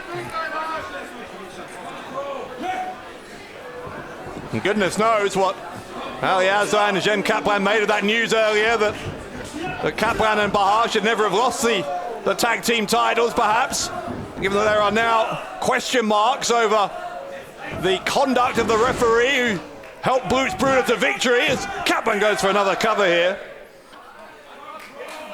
In fact, it's been a very eventful day for Kaplan and Aslan, because we saw them with that assault on El Comandante, Rambo, earlier on in the backstage area as well.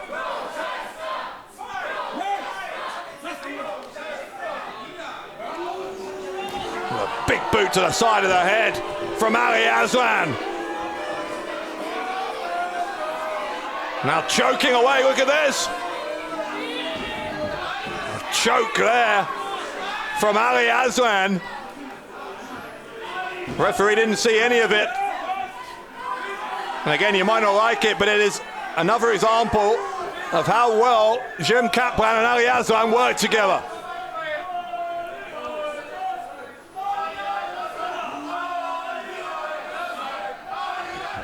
Kaplan going to send Crowchester to the corner. Crowchester though, springboard off the top. Kaplan went underneath. Crowchester couldn't quite land on his feet, but he gets back up in time. Took out the leg, kicked to the side of the head of Kaplan. Kaplan out by the entranceway here, and Crowchester was thinking of following him. Ali Aslan with a slap, look at that. The provocation from Aslan, and another shot from behind from Kaplan. And now it's Crowchester who's out of the ring.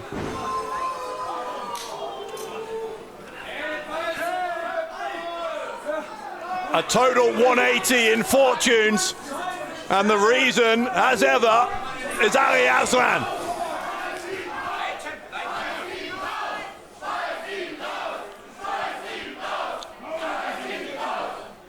Kaplan and Aslan, or Kaplan and Crowchester rather, headed up to the stage.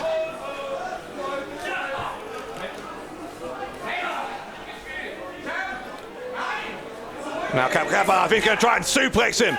Cem Kaplan's going to try and suplex Crowchester on that hard stage. A bicycle kick from Crowchester. Crowchester's taking a run up. Watch out below. Here comes Crowchester.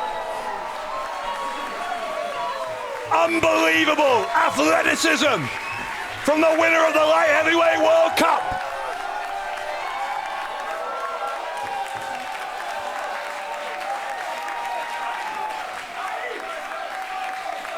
Now, another face-off between Crowchester and Aslan. Aslan again trying to provoke Crowchester.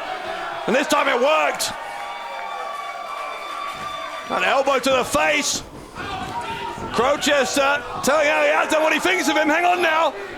He's got him up into a slam. What a slam from Kaplan. That front slam, and the shoulder went up. Shoulder went up from Crowchester.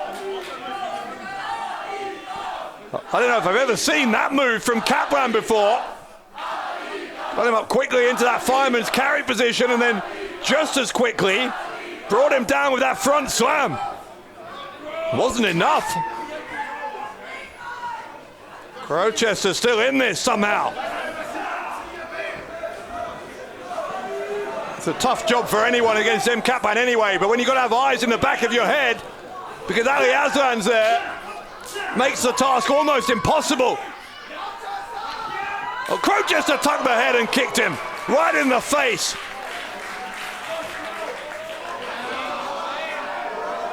Crowchester now got him up. Power bombs him down. Well, he has Aslan, what's he doing? Aslan distracting the referee again, is he? Yes, he is, look. Ali Aslan up on the ring apron. And he hits him with the can. He hit him with the can, and that's a disqualification, obviously. Obviously. And now the assault after the bell, for goodness sake. Referee Roberto. Kaplan's not happy. Kaplan's not happy he's been disqualified, but it's absolutely the right decision. Well, here comes Aytaç. There's Aytaç Bahar. Aytaç coming to the rescue of Crowchester. Well, there may still be issues between Bahar and Crowchester, but Aytaç not going to see Crowchester being assaulted like that by Ali Aslan and Cem Kaplan. Well, specifically by Aslan, in fact. Oh, Crowchester a slap. I don't think Crowchester even knew it was Aytaç. But now he does, and they're still arguing. And now they are fighting. Look at this. Bahar came out to help him. Now they're just brawling. All of that ill will from the past few months. In diesem Kampf durch Disqualifikation. Crowchester! I think Bahar regrets coming out here. Regrets helping Crowchester. Stopp! In der Ecke! Diesen Mann willst du unterstützen!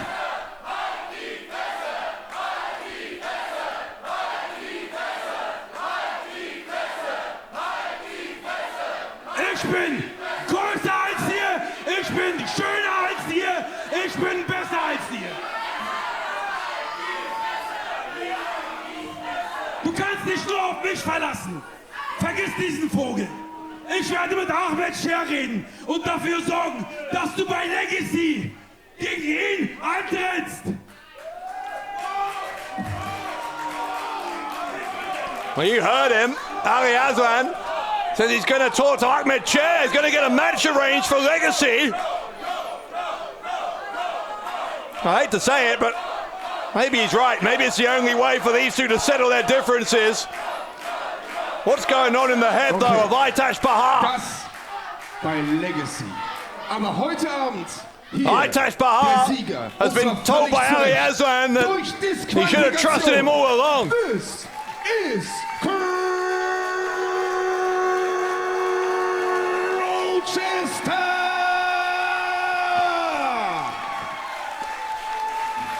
Fans with a lot of respect, a lot of admiration for Crowchester.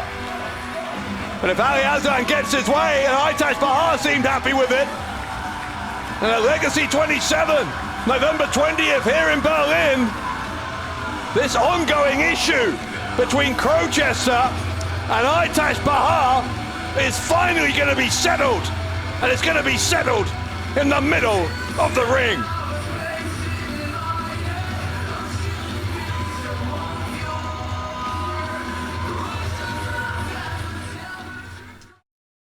Jetzt geht's natürlich noch einmal in die Vollen. Die Wrestling-Welt schaut noch einmal nach Berlin. Denn im nächsten Match geht es, angesetzt auf einen Fall, um den German Wrestling Federation World Heavyweight Championship. Auf dem Weg zum Ring, der Herausforderer.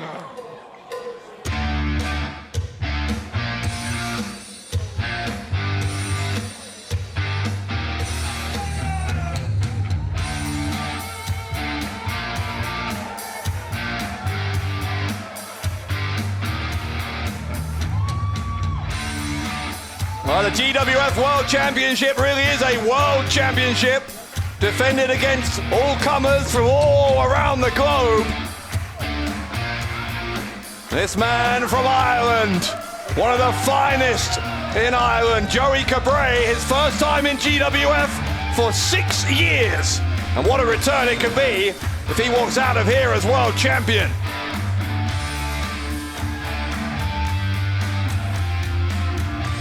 Sein Gegner, der German Wrestling Federation World Champion.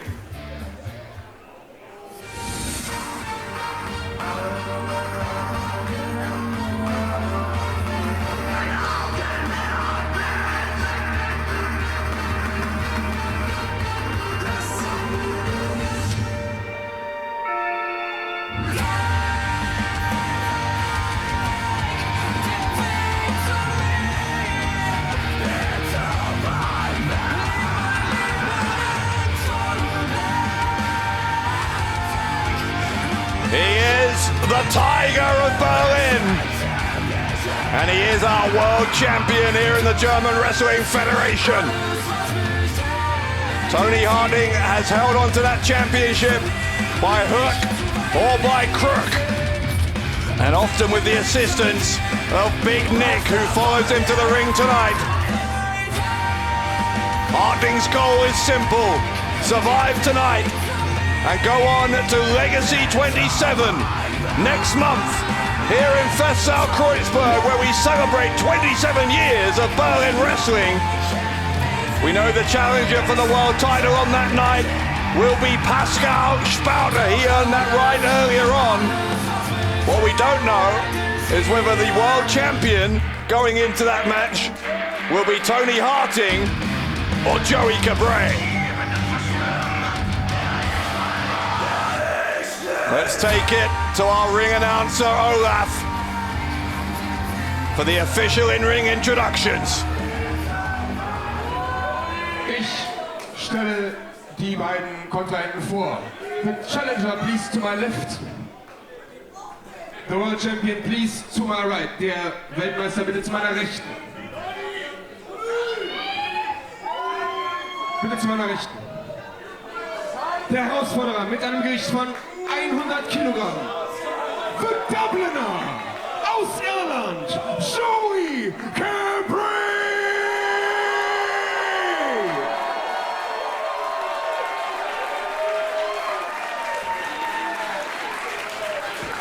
Sein Gegner zu meiner Rechten mit einem Gewicht von 103 Kilogramm. Der German Wrestling Federation World Champion. Die perfekte Naturgewalt. Der Tiger aus Berlin. In Begleitung von Big Nick. Toni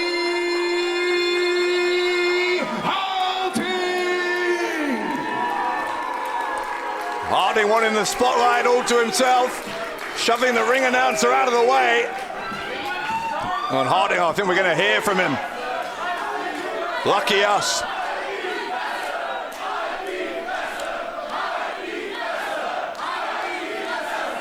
Not sure the crowd want to hear it, Toni.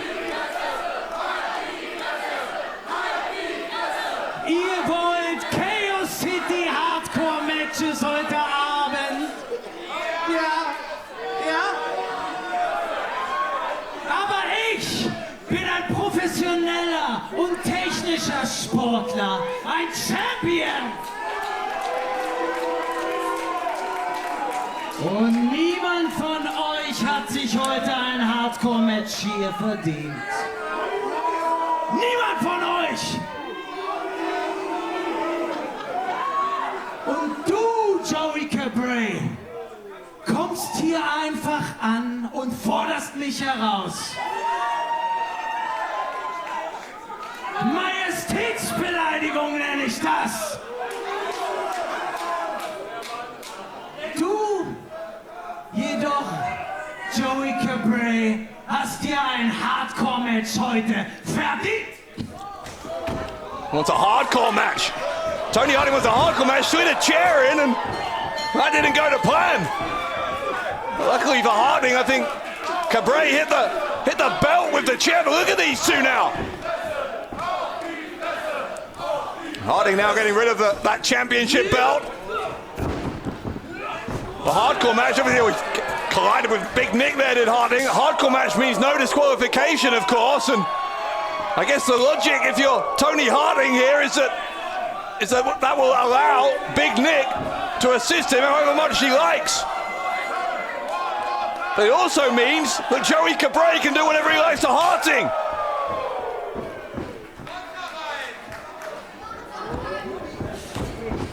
Cabray gets sent to the ropes and dives between the top and middle, wipes out Big Nick early on in the match.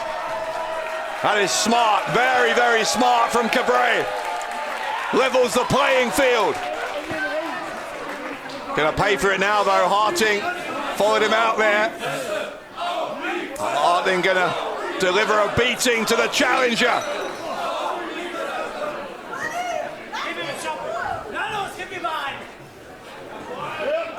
Big Nick assisting, remember no disqualification. Harting telling Nick to do it again. Another big slap with that giant hand of Big Nick. Cabray up on the ring apron, battling back here. Cabray off the middle turnbuckle, a moonsault wipes out Big Nick and wipes out the world champion.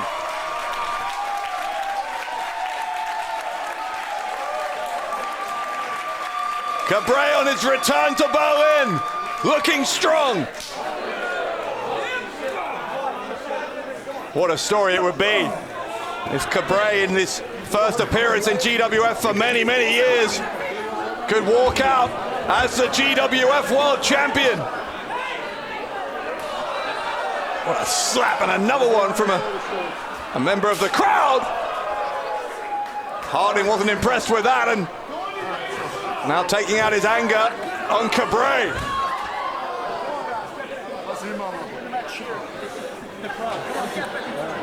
Where's Harting going now? It's a brawl.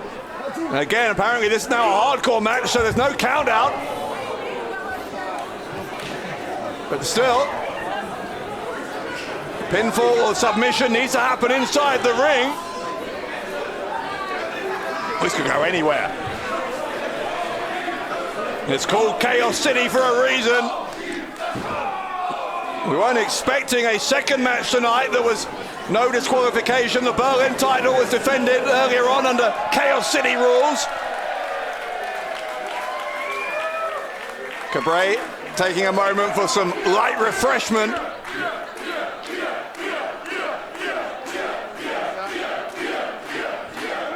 Now Harting going to send Cabray face first into the edge of the ring. It's been a wild start here in this impromptu hardcore match. There was no indication that those were going to be the rules until Harting suggested it on the microphone. Cabray seemed perfectly happy to accept that. And here we go. Elbow goes up from the champion as Cabray ran in. This time though it backfires. Harting tried to charge at Cabray, ended up getting suplexed.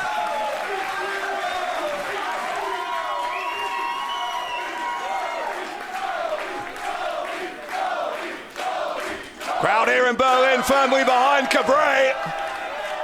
And Cabray has found a chair. Harting begging off.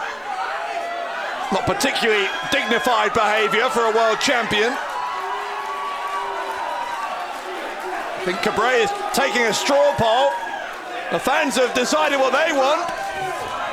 Now look, Harting using the referee as a human shield, for pity's sake. And then Harting, off with that distraction, sent Cabray to the ring post. Big German suplex from Harting. And takes out the leg of the challenger. Went for a kick, couldn't get it. Instead he hits him with the running knee right into the jaw of Cabray. How many times have we seen this kind of strategy, these kind of tactics from Toni Harting? Whatever it takes. I mean, goodness me. Might not take much more than that. Could have broken the arm of Cabray.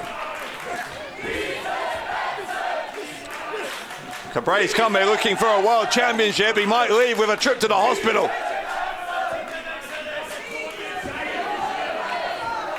See Big Nick's back on his feet at ringside. And that's bad news for Cabray as well. Particularly with this no disqualification rule.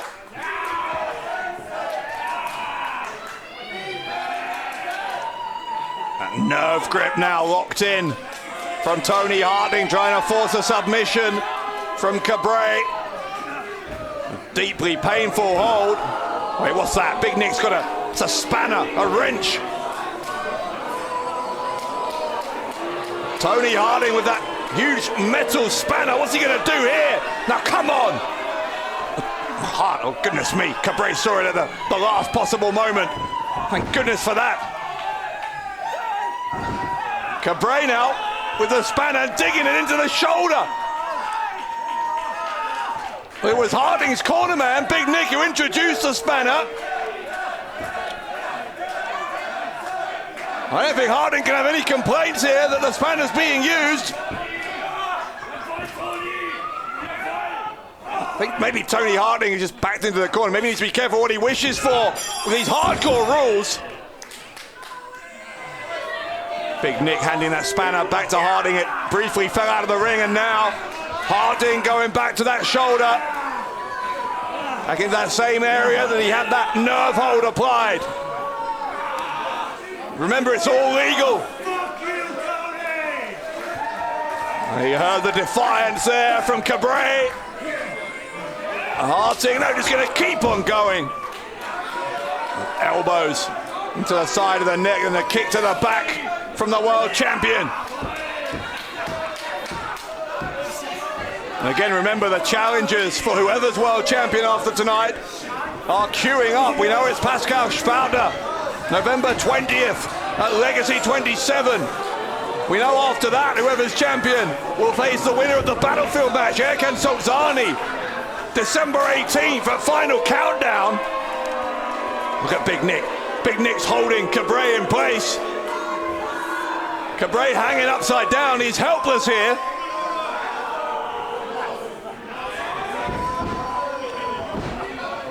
Harting just putting those boots in. Cabray unable to defend himself. Big trouble here for the challenger.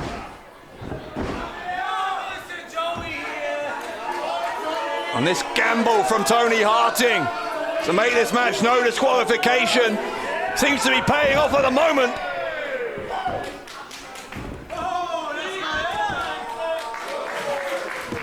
Harting will go and hook the leg, gonna try and put Cabray away. The referee said it was just a 1 count. Close to a 2, but Cabray kicked out comfortably before the 3 count. That's the important thing.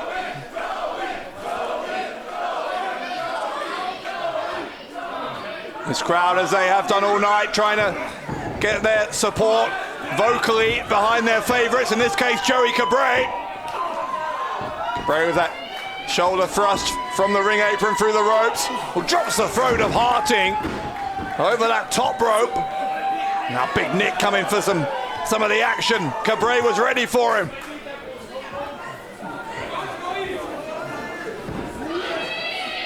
Cabray has Harting up on the top turnbuckle. He's got to be careful, Big Nick's there as well. Cabray's going to try and lift up Harting.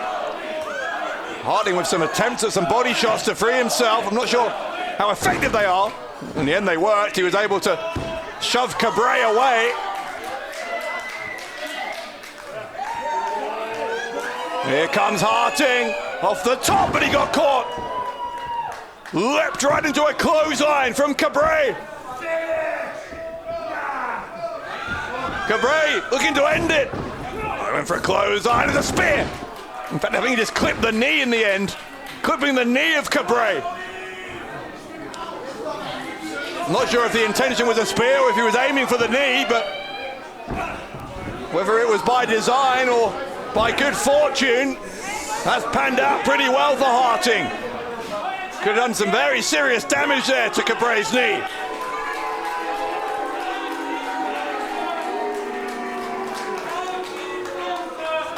Again, you hear the boos resounding around Festsaal Kreuzberg. A very unpopular world champion is Harting. So he looks to continue his reign, gets a 1 count there.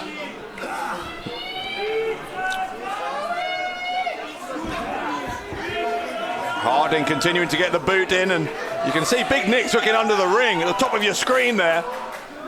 Looking for more weapons that he can pass to Tony Harting inside the ring.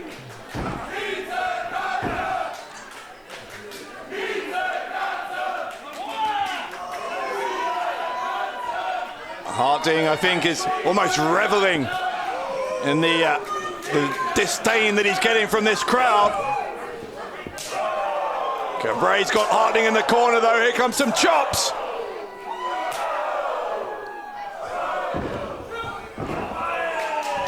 Harting, that boot into Cabray. Just when you think the challenger is getting back into this, Joey Cabray somehow finds himself again at the mercy of the world champion. Harting's got him up, Cabray out the back door, goes to the ropes. Hang on a second, here's Big Nick. Big Nick with that chair in place. Big Nick got hit. Big Nick got hit. Big Nick got hit by Harting. Cabray moved out of the way. Could that be a turning point? Chaos City might become a day of infamy for Tony Harting. Cabray with a shoulder block. Cabray's got to capitalize, he's got to take advantage while Big Nick cannot be a factor. Quite how long Big Nick's out of commission, who knows? Cabray got followed into that opposite corner by Harting, but he's going to follow the champion in himself. Lured him in that time, and in a German suplex right on the back of the head of Harting from Joey Cabray.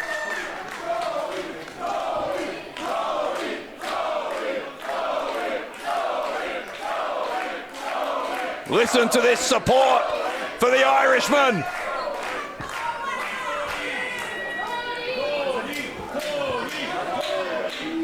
Cabray looks like he's out on his feet here, but he's going to look for the brain buster, he's saying.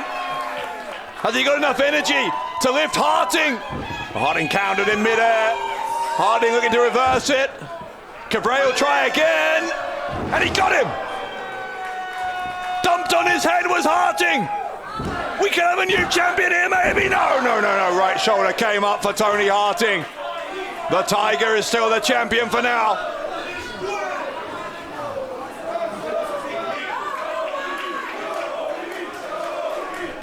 Crowd here in Berlin, though, are starting to believe. And Cabray's got the chair again. Last time that chair got involved, it went very well for Cabray and very badly for Harting. Will it be the same outcome this time?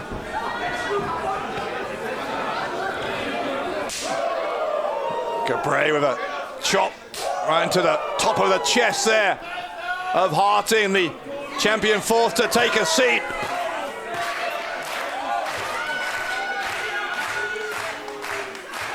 Toni Harting is going to get the best seat in the house for this move. Oh, Big Nick grabbed the leg. Big Nick grabbed the leg. Oh, Cabray sent through the chair. Big Nick got involved again. Harting, powerbomb. He went for a swinging kick. Cabray ducked it. Oh, he got him that time. He got him and then some. Harting goes for the cover. Harting to retain. Oh no. Cabray got out. Joey Cabray got that right shoulder up. I thought that was it.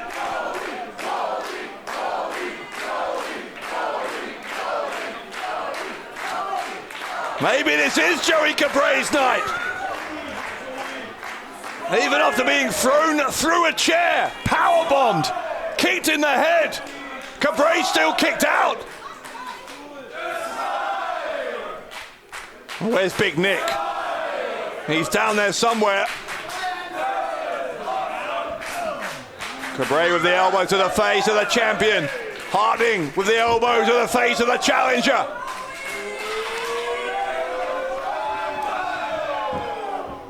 Who wants it more now? Who wants to go to legacy as the world champion?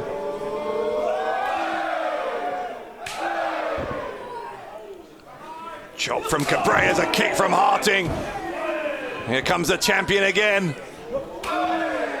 Whatever else you think of Harting, incredible conditioning. Never seems to tire. There's only so many of those kind of strikes you can take though. A headbutt making both men dizzy. It's a trio of those headbutts now. 4 headbutts from Harting. I think Cabray's unconscious. Or maybe not. Cabray comes back. Back from the dead here is Joey Cabray. Look at this from Cabray. Where's he getting the energy?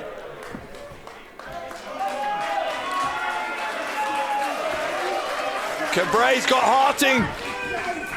Got him in the corner.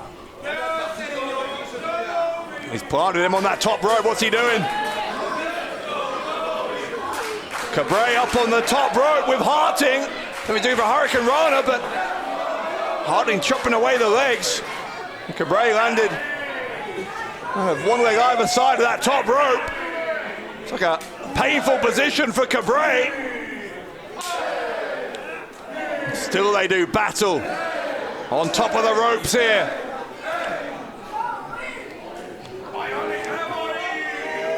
Cabray's trying again. Once more he's up there. And he gets the Hurricane Rana on Harting. Cabray got him up. Drops him with the slam. Cabray got the leg hooked. The leg hook. And a kick out from Harting. I thought we were just about on the brink of history there. Joey Cabray could scarcely be closer to winning the World Championship. But he's got to finish the job here.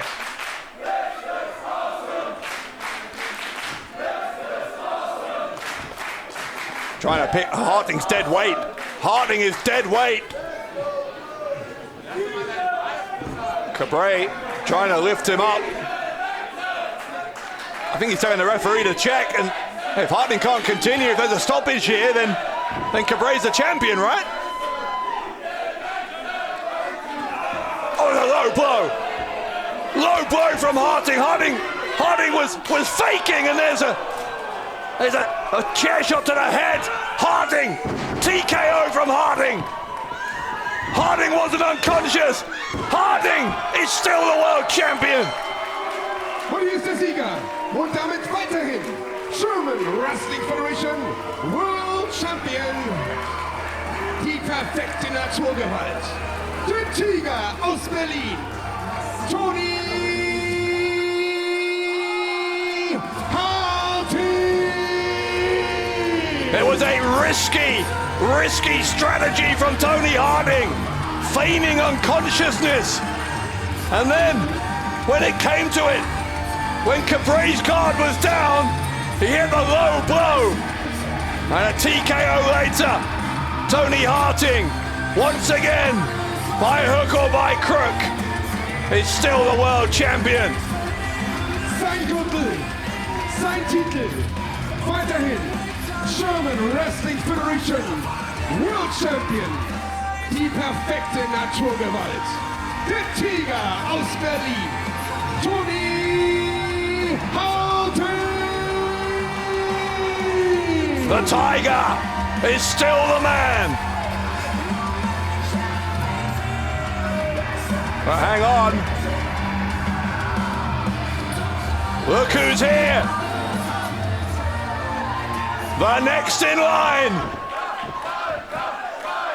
A man who wants to be a four-time world champion.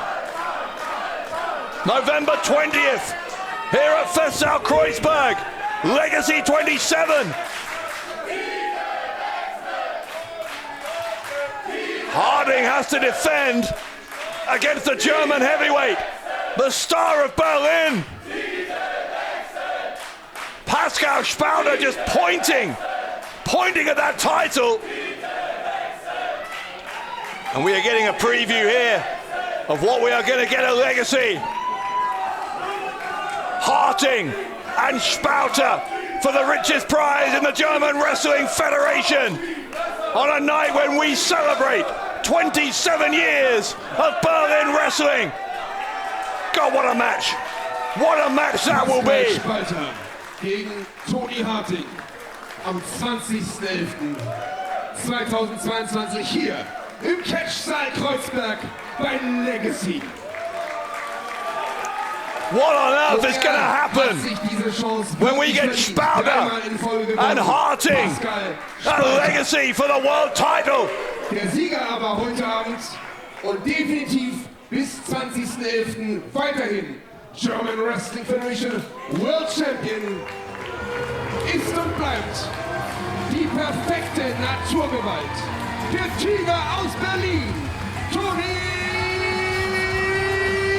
Harting! Well, he's smiling now, he's celebrating now, but will he be celebrating in November? Will he be celebrating at Legacy? Can Toni Harting survive the challenge of Pascal Spalter and hold on to his World Heavyweight Championship?